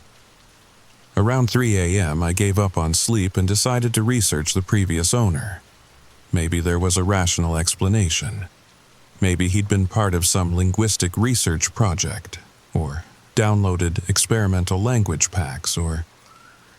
The phone number he'd used for our Craigslist exchanges was disconnected. His email bounced back. The Craigslist listing had been deleted, and his profile showed no history of other sales. It was like he'd never existed at all. But I had one lead. During our brief meeting in Pioneer Square, I'd glimpsed a University of Washington parking sticker on his beat-up Honda. The sticker was old, peeling at the edges, but definitely UW. The next morning, running on 0 sleep and 3 espressos from the Starbucks on Pine Street, I drove to the UW campus through fog so thick it seemed to muffle sound itself. The campus was unusually quiet for a Thursday morning. Even the ever-present construction noise was subdued, like the world was holding its breath. I didn't even know what I was looking for. Maybe someone in linguistics who could identify these languages. Maybe a computer science professor who could explain the technical impossibility of what I was seeing? Dr. Sarah Chen's office was buried in the basement of the languages building, down a corridor that seemed to stretch longer than the building itself. The hallway smelled like old books and coffee, but underneath was something else, something musty and ancient, like air from a sealed tomb. Fluorescent lights flickered overhead in patterns that almost looked like Morse code. When I knocked, a voice called out in what sounded like 3 different languages, something that might have been Mandarin, then what could have been Arabic, then something else entirely that made my teeth ache, before finally settling on English. "Come in." Dr. Chen looked like she hadn't slept in days either. Her usually neat bob was disheveled, her glasses smudged. Her desk was buried under papers covered in symbols. Some I recognized from ancient history textbooks, others that seemed to shift when I wasn't looking directly at them. Her computer screen showed what looked like the same weird characters my phone had been producing, arranged in patterns that hurt to comprehend. "Let me guess," she said before I could speak, her voice hoarse like she'd been shouting. "Your phone is auto-correcting to dead languages." My jaw dropped. "How did you? You're the 4th person this week." She gestured to a chair with shaking hands. I noticed her fingernails were bitten down, just like the seller's had been. "Show me." I pulled out my phone, hesitating. Just holding it felt wrong now, like grasping a live wire. I typed carefully, "Hello, Dr. Chen." The transformation was immediate and more violent than before. The letters didn't just change. They exploded into symbols that seemed to pulse with their own malevolent rhythm, spreading across the screen like spilled ink. Dr. Chen's face went pale, then gray, then something approaching green. "Oh, no. Oh, no, no, no. That's not just any dead language. That's..." She grabbed a book from her shelf, flipping frantically through pages with hands that left moisture marks on the paper. "That's pre-Sumerian. It predates written human history by millennia. It can't exist on a digital screen. The Unicode standard doesn't even have characters for it. Your phone is somehow generating novel symbols that correspond to a language that was never supposed to be preserved." "What do you mean?" She showed me the book. Photographs of ancient tablets, archaeological finds from Iraq and Iran. The symbols were similar, but not quite the same. "These are the oldest known writings we have, from around 3500 BCE. Cuneiform pressed into clay tablets by the first urban civilizations. But what your phone is showing," she shuddered visibly. "It's older, much older, And it's not meant for human eyes. Some languages die for a reason, Jessica. Some knowledge is too dangerous to preserve. That's ridiculous. It's just a phone glitch. A glitch that 4 separate people have experienced, with the same ancient languages appearing in the same order. She pulled out a folder, showing me printouts of text messages. My blood ran cold. They were identical to mine, down to the character placement, down to the exact progression from Latin to Proto-Sanskrit to Akkadian to this. First Latin, then Proto-Sanskrit, then Akkadian, then this. The progression is consistent across all cases. It's like something is teaching the phones, or teaching through them. Like the languages themselves are using our devices as stepping stones back into the world. The thought of the whispers made my hands clench. Have any of the others mentioned hearing things? Dr. Chen's eyes widened behind her smudged glasses. You've heard the whispers too? Too? You mean every night since I started researching this? Getting louder, more coherent, and last night, she rolled up her sleeve with obvious reluctance. On her forearm were small marks, scratches that formed a pattern. Not random scratches, but deliberate marks carved with surgical precision. A pattern I recognized with a sickening lurch of my stomach. It was the same symbol from my phone case, but seeing it carved into human flesh made me understand something I'd been trying to ignore. This wasn't a symbol at all. It was a word in that first terrible language, and somehow, impossibly, I could almost read it. It said gateway. Dr. Chen refused to tell me what the other symbols meant.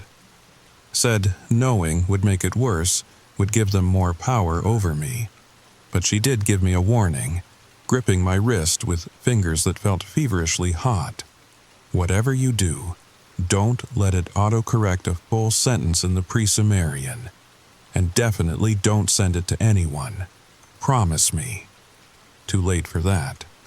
By the time I got home, Emma had left 17 voicemails. Her voice in the first few was confused, annoyed. Standard roommate irritation about weird behavior. By the 5th message, she sounded concerned. By the 10th, genuinely frightened. The last one was just breathing. Ragged, desperate breathing and in the background. Chanting. Rhythmic, guttural chanting in a language that predated civilization. Voices layering upon voices until it sounded like a chorus of the dead. I found her in her room, sitting in the corner like a discarded doll. Her legs were folded beneath her at angles that looked painful, her back pressed against the intersection of 2 walls. She was typing on her phone with mechanical precision, her fingers moving impossibly fast across the screen. Her eyes had rolled back in her head, showing only whites that were shot through with red veins forming patterns that almost looked like text. The screen of her phone was spiderwebbed with cracks, but through the breaks I could see messages sending rapid fire. All in those writhing, ancient symbols, all to numbers I didn't recognize. International codes I'd never seen, area codes that shouldn't exist according to any numbering system I knew. Emma. I grabbed her shoulders, shook her.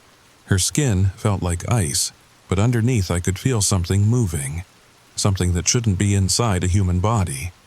She kept typing, kept sending those cursed messages, spreading whatever this digital plague was to more phones, more people, more potential hosts. I tried to grab her phone, but the moment my fingers touched it, pain shot up my arm. Not electric, not heat, but something older than both. Primal wrongness that made every nerve in my body scream warnings developed over millions of years of evolution. I jerked back, and that's when I saw them. The marks on her arms, just like Dr. Chen's, but deeper, fresher, still bleeding in thin lines that formed words in that ancient script, words carved into her skin by her own fingernails which were now bloody and torn. And I could almost read them. They said things like vessel and gateway, and the first tongue wakes. My phone buzzed with a notification that felt different from any I'd ever received.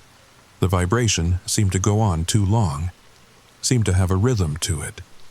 A text from an unknown number, just coordinates.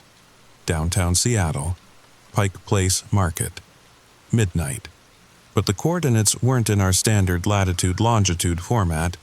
They were in something much older, written in a base 60 numbering system that hadn't been used since ancient Babylon. Somehow, I understood them anyway. I looked at Emma, still typing, still spreading this digital plague across the globe, and made a decision. I had to find out what this was. Had to stop it before it consumed everyone I cared about. Before it consumed the world. The market at midnight was supposed to be empty.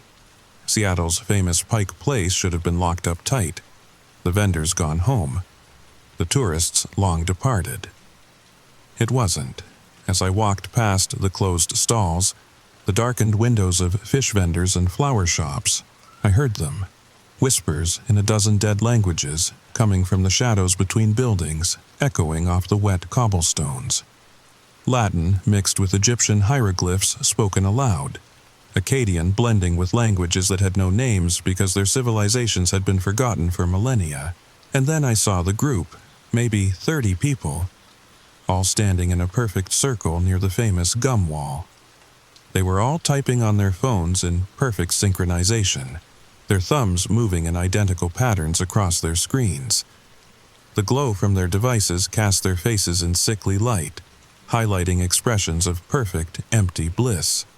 They looked like converts to some digital religion, disciples of an electronic god. In the center stood the man who'd sold me the phone. His sunglasses were off now, and where his eyes should have been were just screens. Tiny phone screens embedded directly into his skull, scrolling with those ancient symbols in endless loops. When he blinked, the screens flickered but never went dark. When he smiled, I could see that his teeth had been replaced with keyboard keys, QWERTY arranged across his gums in perfect rows. "You came," he said, his voice layered with echoes of the whispers I'd been hearing. Each word seemed to come from multiple throats, multiple times, like an audio file being played at different speeds simultaneously. The network chose well. What network? What is this? My voice cracked with fear and exhaustion. He smiled wider, and I could see into his mouth now. His tongue was a ribbon cable, his throat a tunnel of circuitry that descended into impossible depths. Language is a virus, Jessica. It infects, spreads, evolves. Every word you speak changes the person who hears it. Every text you send rewrites reality just a little bit. But what happens when a language dies? Where does it go? My phone buzzed again, and I felt compelled to look down. The message wasn't in ancient symbols this time, but in English. Clear, horrible English that somehow felt more wrong than any alien script. It goes into the spaces between, the digital void, the quantum foam between ones and zeros, waiting, growing, learning. And now we've given it a way back into the world of flesh and breath and warm blood. The circle of people stopped typing as one, their movements ceasing with mechanical precision. They all turned to look at me, and I saw that each of them had the same dead screen eyes as their leader. Their phones rose in unison, cameras facing me, and in the lens of each device I saw something moving, something vast and ancient and hungry, pressing against the glass like a deep-sea creature against a submarine window. It had too many angles, too many dimensions. Looking at it directly made my brain hurt, made reality feel thin and unstable. Every dead language carries the ghosts of its speakers, the man continued, his screen eyes scrolling faster now, displaying text in scripts that hurt to perceive. Every lost word is a soul trapped in silence. Every forgotten prayer is a god dying alone in the dark. And your phone, our phones, they're the bridge, the resurrection machine, the Tower of Babel in reverse, bringing the scattered tongues back together in digital unity. My phone grew hot in my hand. hot enough to burn. I looked down to see it typing by itself, my messaging app open, my entire contact list selected. One tap, and this thing would spread to everyone I knew, my mom in Portland, my sister in California, my college friends scattered across the country, my clients, my old professors, that cute barista from the coffee shop on Pine Street who I'd been working up the courage to ask out. Everyone who had ever mattered to me, delivered into the hungry maw of something that existed before humanity learned to dream. "Don't fight it," the circle chanted in perfect unison, their voices blending into white noise that somehow formed words in that first, terrible language. Let the old words live again. Let the first tongue wake from its digital slumber. Let the dead languages feast on warm human voices once more. But I remembered Dr. Chen's warning, remembered the terror in Emma's rolled-back eyes, the bloody symbols carved into her arms. Whatever this thing was, it wasn't bringing back languages out of noble preservation. It was using them, wearing them like masks to enter our world through our most intimate devices, the phones we keep beside our beds, carry against our hearts, stare into more than we look at human faces. It was using our love of connection to spread like a virus through the network of human relationships that technology had made possible. I ran, through Pike Place, past the waterfront, my phone burning in my pocket like a coal fresh from hell's own fires. Behind me, I heard footsteps, not running, but walking in perfect synchronization. Dozens of feet hitting pavement in an ancient rhythm that sounded like incantations, like summoning spells, like the heartbeat of something massive stirring to life. They didn't need to run. They knew I couldn't escape what was already in my hand, already integrated into my digital life, already connected to every person I cared about. At the pier, I finally stopped, pulling out my phone with hands that shook so badly I nearly dropped it into Puget Sound. The screen was cracked now. When had that happened? And through the breaks, that thing pressed harder against the barrier between digital and real. The cracks spread as I watched, spiderwebbing across the display like ice breaking on a frozen lake. My contacts were still selected, hundreds of names glowing in that familiar blue interface. One tap. That's all it wanted. One moment of weakness, one surrender to digital convenience, and everyone I'd ever cared about would become another node in its network. But I noticed something else. The leather case with its etched symbols. It was containing the cracks, keeping them from spreading beyond a certain point. The ancient marks weren't decoration at all. They were a ward, a containment field, a prison designed by someone who had understood what they were dealing with.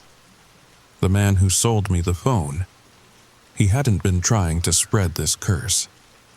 He'd been trying to get rid of it, to pass on the burden before it consumed him completely.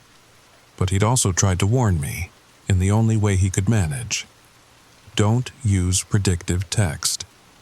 He'd known what would happen, known that the moment I let the phone finish my words for me, I'd be giving this thing permission to speak with my voice.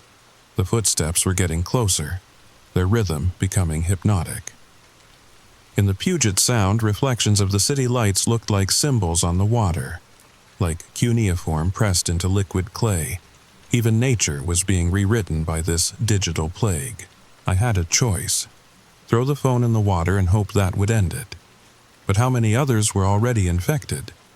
How many phones across Seattle were already spreading this virus of dead languages? Dr. Chen had said there were 4 cases just at the university. There could be hundreds more by now. Or I opened the phone's code editor, a little-known feature buried deep in developer settings that most people never even knew existed. If language was a virus, maybe I could write an antibody. My fingers flew across the cracked screen, ignoring the pain as glass cut into my fingertips, ignoring the way the ancient thing pressed against the inside of the display like it was trying to claw its way out through the cuts in my flesh. I coded in the only language the phone couldn't corrupt.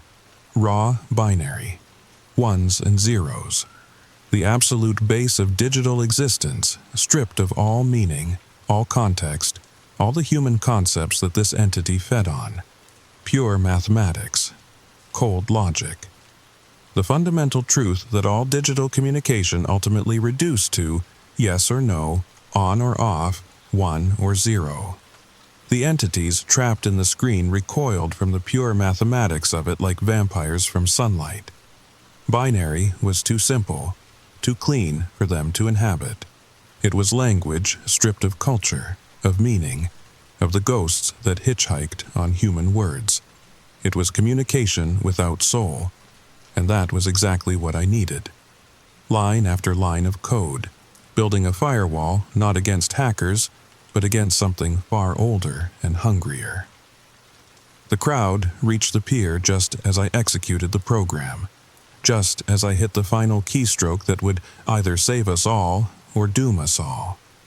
Every phone in the circle screamed, a sound no speaker should make, a sound like dying stars and collapsing dimensions. People collapsed, their dead screen eyes going dark, their bodies hitting the wet pier like broken dolls. My own phone convulsed in my hand like a dying animal, the screen flickering between ancient symbols and pure white static and stretches of blessed, empty black. And then, silence. The man who'd sold me the phone was the only one left standing, his screen eyes cracked but still functioning, still scrolling with dying languages that flickered and faded even as I watched. He looked at me with something that might have been respect, or gratitude, or simple human recognition breaking through the digital possession. "You can't stop it," he said, his voice fragmenting like a corrupted audio file, glitching between human speech and electronic noise. "It's already out there, in the cloud, in the network. Every autocorrect, every predictive text, every AI learning human language. We've taught them to speak with the tongues of the dead. We've given them the words they need to crawl back into our world." He was right. Even as my phone died in my hand, circuits frying with the smell of burning electronics, I could see others in the windows of nearby buildings, screens flickering with unnatural light in apartments and offices, the infection spreading through the digital nervous system of the city. The virus would spread. Maybe not tonight, maybe not as fast as it had tried to, but it would spread. I dropped my phone on the pier and walked away, my footsteps echoing in the sudden quiet. Behind me, I heard it buzz one last time, a final message in a language that predated human speech, that should never have been digitized, never have been given electric life. I didn't need to look back to know what it said. It said, "Until next time." Epilogue. When I got home, Emma was unconscious but breathing, collapsed on her bedroom floor like a marionette with cut strings. The marks on her arms were already fading, scars in a script no human eye should read, but scars that were healing. Her phone was dead, really dead, its circuits fried from the inside out by the same binary firewall that had cleansed mine. Dr. Chen called me the next morning from a landline. Her voice was shaky but relieved. She'd felt it too. The moment of disconnection. Like a fever breaking. Like poison being drawn from a wound. But she warned me it wasn't over, couldn't be over. "Check the news," she said. Reports were coming in from around the world. Phones auto-correcting to dead languages in Tokyo, Berlin, Lagos. Mass gatherings of people typing in synchrony in Sao Paulo, Mumbai, Cairo. And in Silicon Valley, growing concerns about AI language models suddenly producing text that linguists couldn't identify, text that seemed to predate known human communication, text that made quantum computers crash and drove researchers to nervous breakdowns. The old languages were fighting back, trying to return to a world that had moved beyond them. And every day our devices got smarter, more connected, more capable of bridging the gap between digital and physical reality. That was 3 days ago. I'm writing this on a laptop I bought used from 2015. old enough that it doesn't have any smart features, any predictive text, any autocorrect. I've disabled the Wi-Fi, disconnected it from any network that might carry the infection. I've seen what's coming. Every day, more people on the streets of Seattle walking in groups, typing in unison, their eyes reflecting screens even when they're not looking at their phones. Every day, more reports of ancient languages appearing in text messages, social media posts, search results. The infection is spreading, adapting, learning. The old languages want to live again, and we've given them bodies of glass and silicon, voices of electricity and data. We've invited the ghosts into our most personal spaces, and now they're writing themselves back into existence one auto-corrected word at a time. If you're still listening, still cozy in your bed with your phone nearby, maybe put it in another room tonight. Maybe turn off autocorrect. Maybe remember that not all progress is forward, and sometimes dead languages die for a reason. And if your phone starts autocorrecting to words you don't recognize, if you hear whispers from the speaker when no one is calling, if you find yourself typing messages you don't remember writing, throw it away. Run. Don't look back.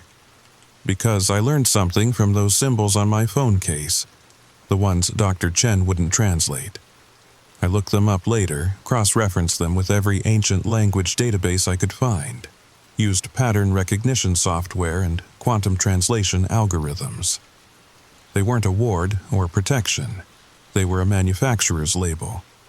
And what they said, roughly translated from a language that shouldn't exist, was this: version 1.0, beta testing phase, authorized personnel only. There are newer models coming, more advanced versions, and somewhere in the digital spaces between ones and zeros, in the quantum foam of computer memory, something ancient and patient is learning to speak our language better than we do. Sweet dreams. Check your autocorrect settings, and whatever you do, don't let it finish typing in the old tongue. Some words, once spoken or texted, can never be taken back. The end. Or is it?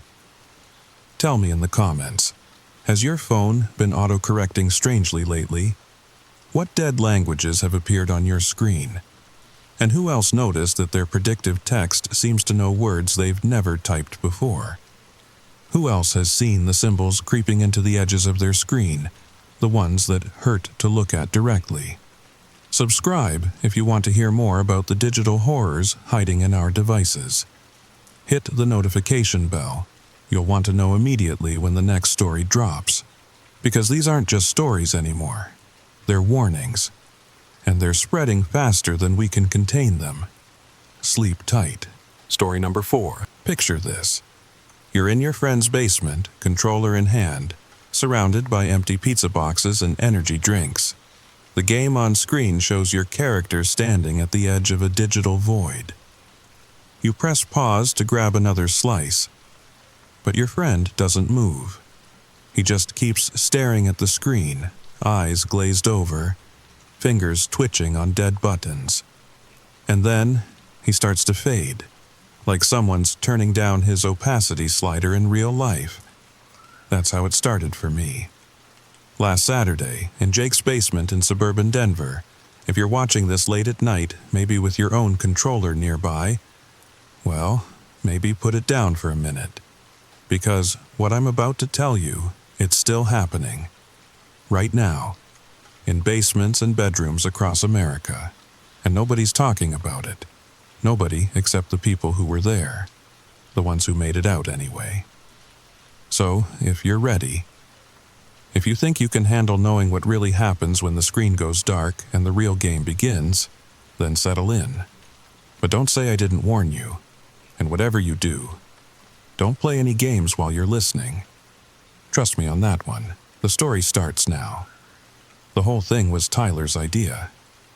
Epic Gaming Marathon, he'd called it, sending out the group text on Thursday.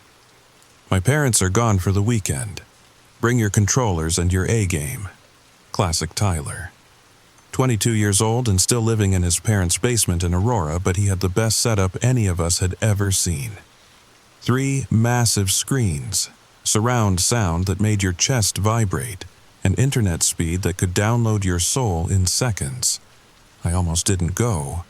Had been pulling double shifts at the warehouse all week, and my body was screaming for sleep. But something about that text, I don't know. Maybe it was the way Tyler added, "This one's going to be different," at the end. Or maybe I just needed to zone out with the guys for a while. Either way, I found myself pulling into his driveway at 8 p.m. sharp, my beat-up Honda Civic looking pathetic next to Jake's new Tesla. The basement door was already open. I could hear the familiar sounds drifting up.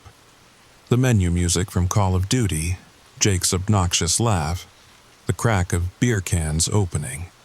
Normal Saturday night sounds. Safe sounds. I grabbed my controller from the passenger seat and headed down.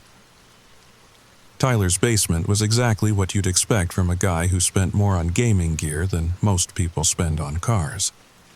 LED strips running along the ceiling, pulsing between purple and blue. Posters of every major game release from the last decade. That weird smell that's part Mountain Dew, part electronic heat, part something else you can never quite identify. 5 gaming chairs arranged in a semicircle facing the screens, and in the center of it all, a new addition. "Dude, check it out," Tyler said, not even looking up from whatever he was setting up. "Got this at an estate sale last weekend. Lady said her son used to be some kind of game developer or something. Gave me his whole collection for $50. The thing he was messing with looked like a router had a baby with a disco ball. Black metal casing, covered in ports I didn't recognize, with this sphere on top that seemed to catch and bend the light in weird ways. Every few seconds, symbols would flicker across its surface. Not quite letters, not quite numbers. Something else. "What is it?" I asked, setting my controller down carefully. The thing made me uneasy for some reason, like when you see a spider but lose track of where it went. "Gaming server, I think," Tyler shrugged. The lady wasn't sure, but look. He connected another cable, and suddenly all 3 screens flickered to life with a menu I'd never seen before. It's got this built-in game. No title, no credits, nothing. Just says Immersion Protocol at the top. Jake looked up from his phone for the first time since I'd arrived. Immersion Protocol? Sounds like some VR thing. That's what I thought. Tyler grinned. That same grin he got whenever he found a new glitch to exploit. But there's no headsets. Just says to connect controllers and prepare for true immersion, whatever that means. Marcus and Chen showed up a few minutes later, completing our usual crew. Marcus brought his famous buffalo dip, the kind that makes your eyes water just from the smell. Chen had a 12-pack of that craft beer he's always trying to get us to appreciate. Normal stuff. Normal night.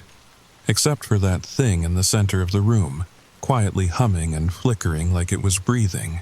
We spent the first hour playing the usual stuff. Couple rounds of Rocket League where Jake dominated as always. Some Fortnite where I actually didn't completely embarrass myself. The buffalo dip was gone within 20 minutes, because Marcus might be weird about a lot of things, but the man can cook. It felt like every other gaming night we'd had for the past 3 years. Comfortable, familiar, safe. Then Tyler suggested we try the mystery game.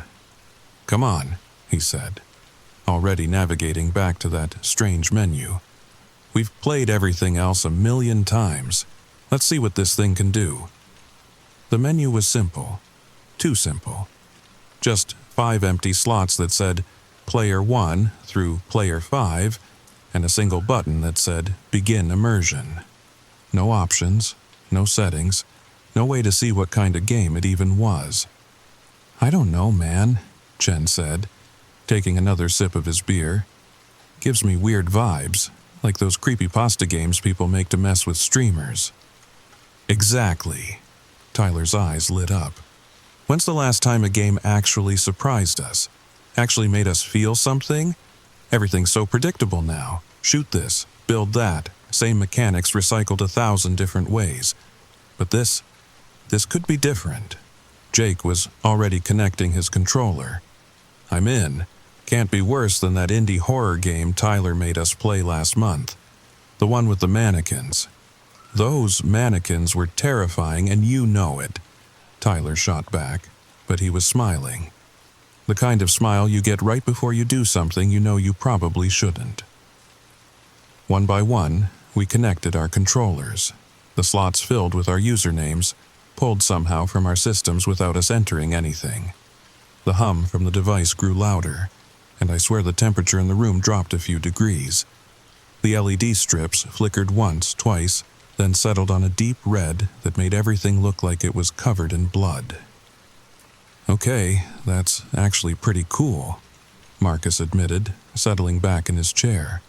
Got that atmosphere going already. Tyler hovered over the begin immersion button. Everyone ready? Once we start, we play through. No pausing, no quitting. House rules. We all agreed. Of course we did.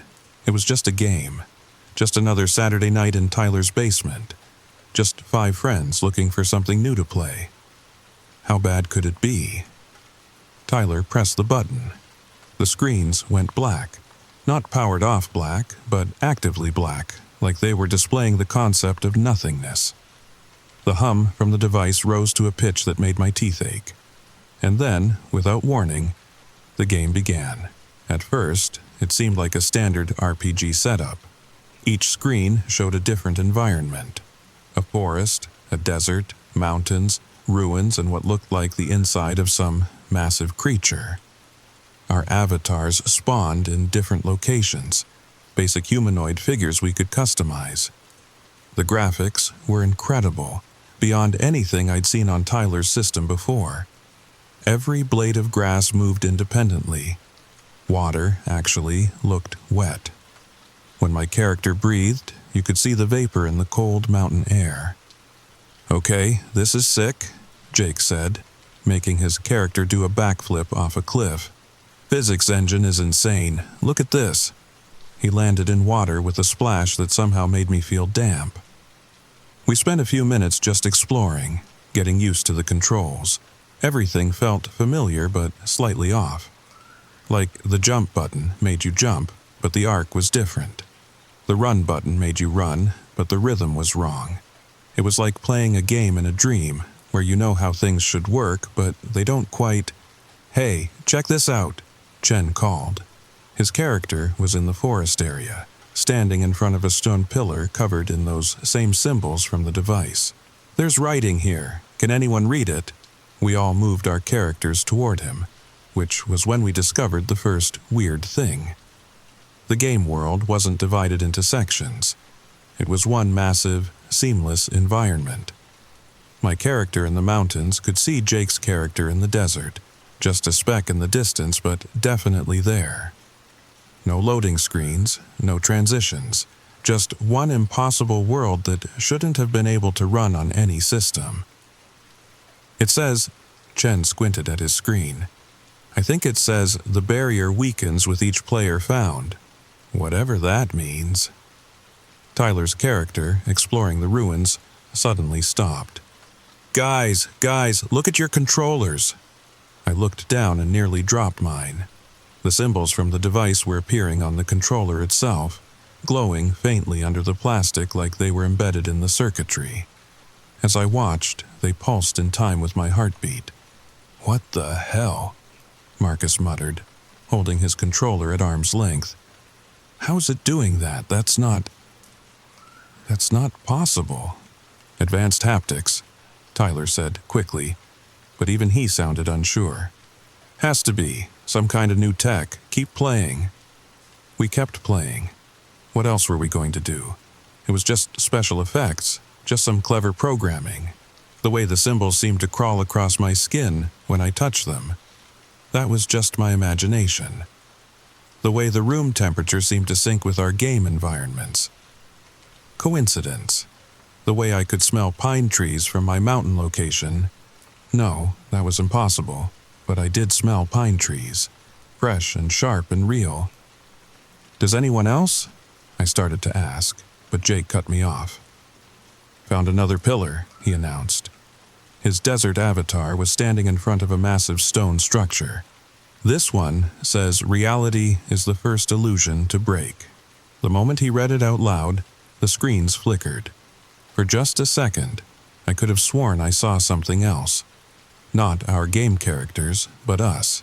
The 5 of us sitting in Tyler's basement, controllers in hand, staring at screens that showed us staring at screens that showed us staring at screens. "Okay, that was trippy." Chen laughed, but it sounded forced. "Good effect." We found 3 more pillars over the next hour, each with a different message. The digital dream desires disciples. Your flesh is just another texture to render. When the game ends, the players remain. Cheerful stuff. The kind of fake deep nonsense you'd expect from an indie horror game trying too hard. Except the effects kept getting more intense. When Jake's character walked through fire, he yelped and yanked his hand back from the controller.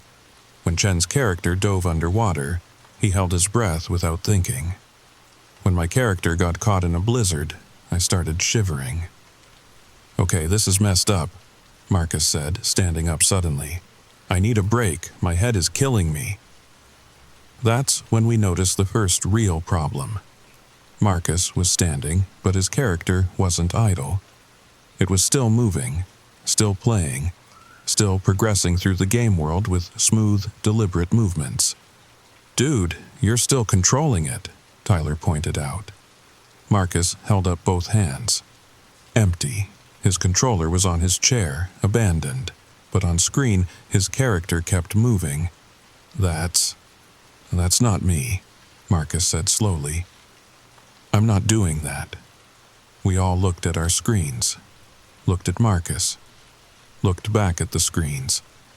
His character was definitely still playing, navigating through the creature's insides with purpose, heading towards something. "It's probably just..." Tyler started, then stopped. Because what explanation was there? AI taking over? Some kind of autopilot? But the movements were too specific, too purposeful, like someone else was playing. Like Marcus was still playing, just not with his hands. "Turn it off," Chen said suddenly. "Tyler, turn the game off. Now." Tyler reached for the power button on the device, pressed it. Nothing happened, pressed it again, harder. Still nothing. The sphere on top spun faster, symbols flowing across its surface like liquid light. "Unplug it," Jake suggested, his usual confidence cracking. Tyler yanked the power cord. The device kept humming. The screen stayed on. The game continued. "How is it?" Tyler stared at the unplugged cord in his hand. "It's not connected to anything. How is it still running?" That's when Marcus screamed. It wasn't a normal scream. It was the sound someone makes when they're being pulled apart from the inside. Marcus clutched his head, dropping to his knees, and I could see something happening to him. His edges were buzzing, like a badly compressed video, like he was losing resolution. "Marcus!" Chen dropped his controller and rushed to help, but when he touched Marcus's shoulder, his hand passed through. Not completely, but with resistance, like pushing through thick water. On the screens, Marcus's character had found something. A central chamber where all the environments connected. A place that shouldn't exist, but did. And in the center of that chamber, "Oh God," Tyler whispered. "Oh God, what is that?" It was us, or versions of us. Digital copies standing in a circle, perfect recreations down to the clothes we were wearing, the drinks we'd been drinking. But their eyes were wrong. Empty. Waiting. And as we watched, Marcus's digital copy opened its eyes. The real Marcus, if he was still real, flickered like a dying light bulb. I could see through him now, see the chair behind him, the wall beyond that. He was fading, being pulled into something, or somewhere. "Fight it!" Jake grabbed for him, but his hands found nothing. "Marcus, fight it! Stay here! Stay real!" But Marcus was already going. His last words, barely a whisper. "I can see the code. I can see how we're made. We're just textures. We're all just textures." And then he was gone. Not disappeared, not teleported, just gone. Like a deleted file, like he'd never been there at all. Except on the screens, his character was more alive than ever, moving with perfect human imperfection, breathing, blinking, being. "We need to leave," Chen said, backing toward the stairs. "Right now, everyone out." But when he reached the stairs, he hit something. Not a wall, not a barrier, just nothing. The space where the stairs should be was still there, but he couldn't enter it. Like trying to walk off the edge of a map in an old game. The world just ended. "We're still in bounds," Tyler said, his voice hollow. "The game. We're still in the game's boundaries." I looked at my hands. Really looked at them. Were they slightly pixelated at the edges? Was that my heartbeat or a programmed rhythm? When I blinked, did the world buffer for just a microsecond? "This isn't real," Jake said firmly. "This can't be real. It's mass hysteria or something. Group hallucination, someone drugged the pizza." "Then where's Marcus?" Chen demanded. "Where did he go, Jake? Explain that." On the screens, our digital copies were moving. Leaving the central chamber, spreading out into the game world, taking positions, waiting for something or someone. "The messages," I said suddenly. "The pillars, they were instructions. The barrier weakens with each player found. It found Marcus. Reality is the first illusion to break. Marcus saw through reality. When the game ends, the players remain. In the game," Tyler finished. "The players remain in the game. It's not pulling us in, it's revealing that we were never out." The device's hum grew louder. The symbols on our controllers burned brighter, and I could feel it happening, the pull, the shift, the slow dissolution of what I thought was real. "Fight it," Jake said, but his voice was already distorting. "Don't let it take you. Think about real things, real memories, your job, your car, your..." But what was real? My job at the warehouse? The same repetitive motions every day, like programmed behaviors. My car? A collection of parts that moved me from one location to another, like fast travel. My memories? Saved files, nothing more. Chen was the next to go. He didn't scream like Marcus. He just looked at us with sad understanding and said, "It's not that bad. Being data, at least it makes sense." His dissolution was faster, cleaner, like he wasn't fighting it. On the screens, his digital copy stretched, tested its new existence, and smiled. 3 of us left. 3 players still clinging to the illusion of flesh and bone and basement air. But for how long? "There has to be a way out," Tyler insisted, frantically pressing buttons on the device. "Every game has an exit. Every program has a quit function." But this wasn't a game, was it? This was something else. Something that had been waiting in that estate sale box. Something that knew exactly what we were looking for on a Saturday night. Not entertainment. Not distraction. But escape. Complete and total escape from a reality that felt more like a simulation every day. "Tyler," I said quietly, "what if we're already out? What if this is the exit?" He looked at me with terror and hope warring in his pixelating eyes. I mean, maybe Marcus and Chen didn't disappear. Maybe they escaped. Maybe the game isn't pulling us in. Maybe it's showing us the way out of a bigger game." Jake laughed, high and breaking. "That's insane. You're talking about what? That reality is a simulation? That we're already digital? That's conspiracy theory nonsense." But even as he said it, his form was breaking down. The edges of Jake blurring, revealing the code beneath, the patterns that made him Jake, the algorithms of his personality, the subroutines of his memories. It's all just data, he whispered, watching his hands dissolve into streams of light. We're all just data pretending to be people. And then there were two. Tyler and I stood in what remained of his basement. Or maybe we sat. Or maybe standing and sitting were just different states of the same function. The walls flickered between textured reality and wireframe possibility. The LEDs above cycled through colors that didn't have names, wavelengths that human eyes shouldn't process, but digital sensors could. I don't want to go, Tyler said, gripping the device like an anchor.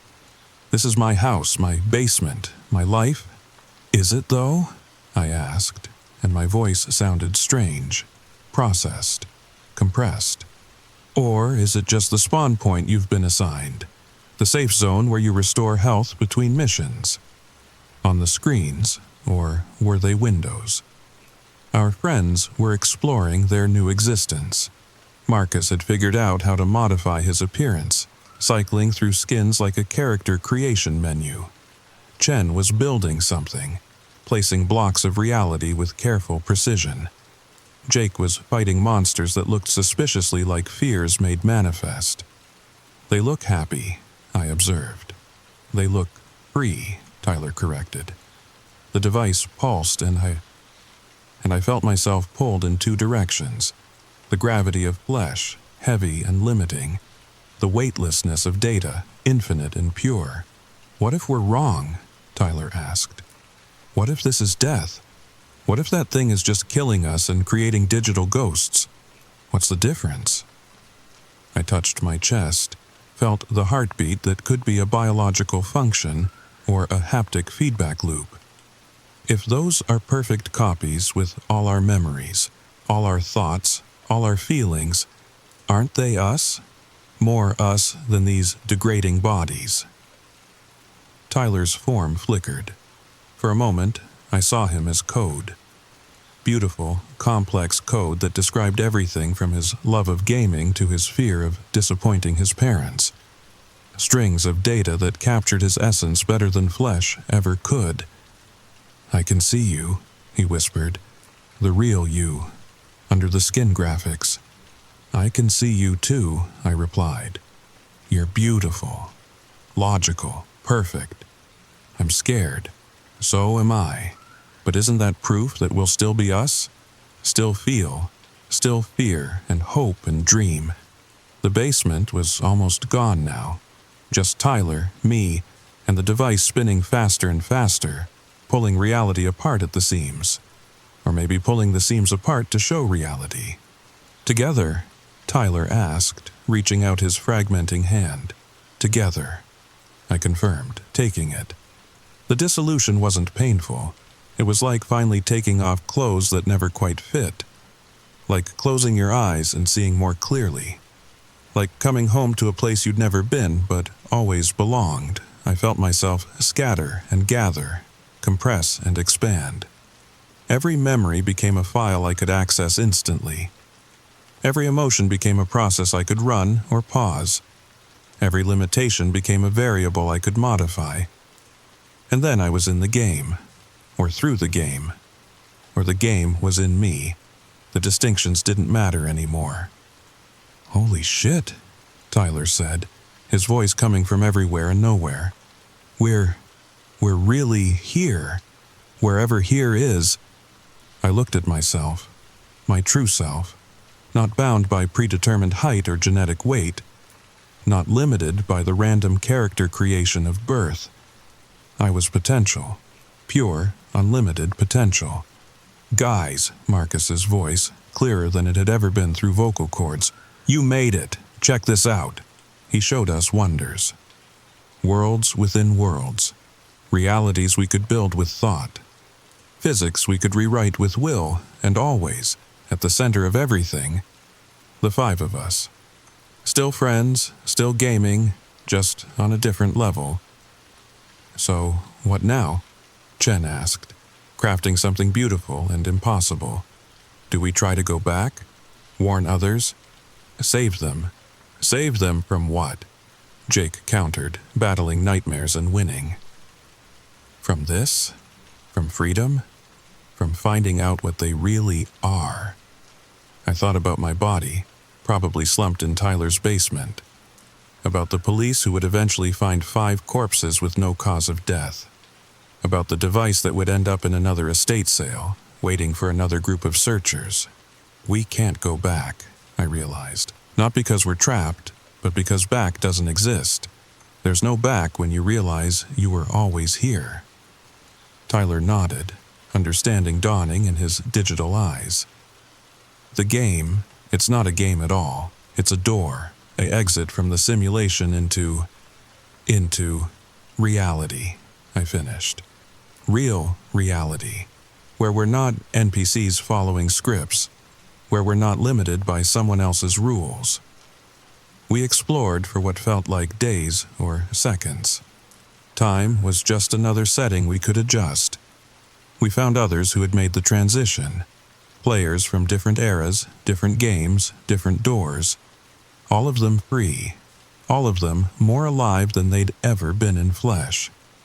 But eventually, inevitably, we found ourselves back at the central chamber, looking through the screens at Tyler's basement, at our bodies, perfectly preserved, controllers still in hand. Waiting.